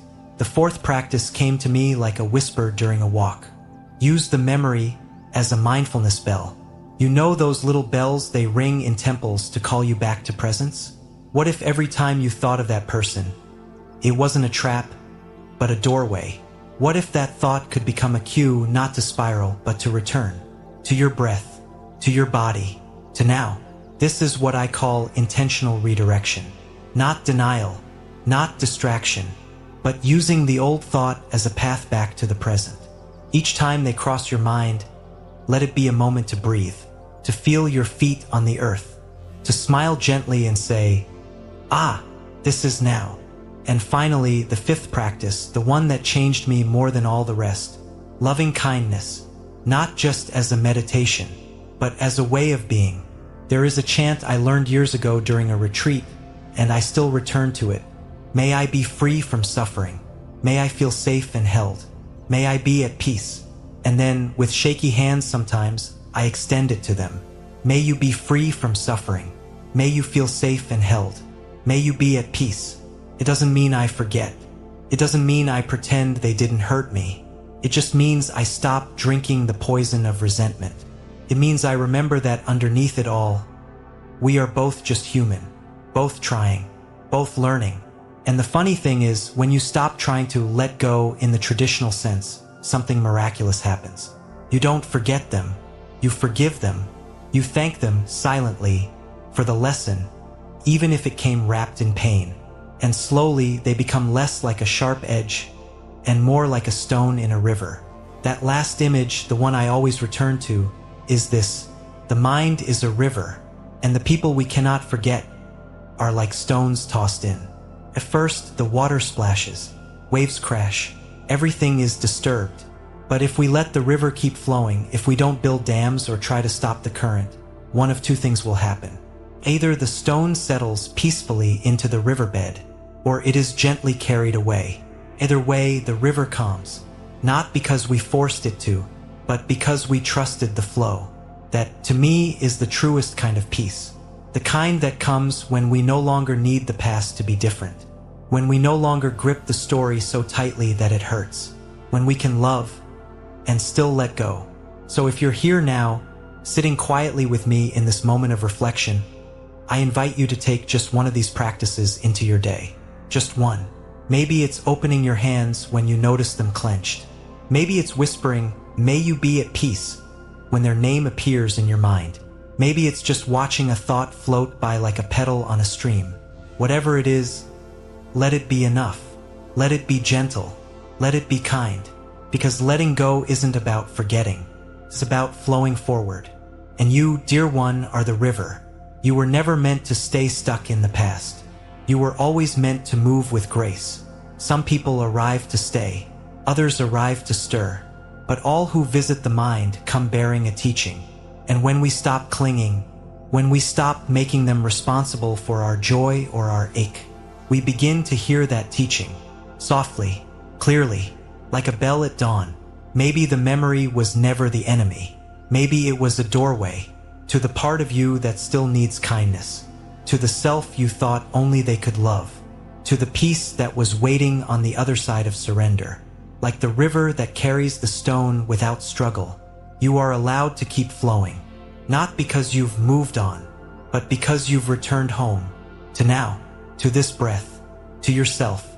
So I invite you to pause here, just for a moment, and ask gently, what part of you is finally ready to stop holding on? Let that answer rise like mist. Let it soften the edges of your story. Let it show you the kind of love that never needs possession to be real. And if you're willing, share with me in the comments. Sparkles, who have you been learning to release? And what have they taught you? And if your heart longs for more of this soft, sacred space, subscribe to Lotus Light Teachings. Not just for a video, but for a path. One will continue walking together. Until then, may every echo become a blessing. May every memory become light. And may your mind finally become a place of rest.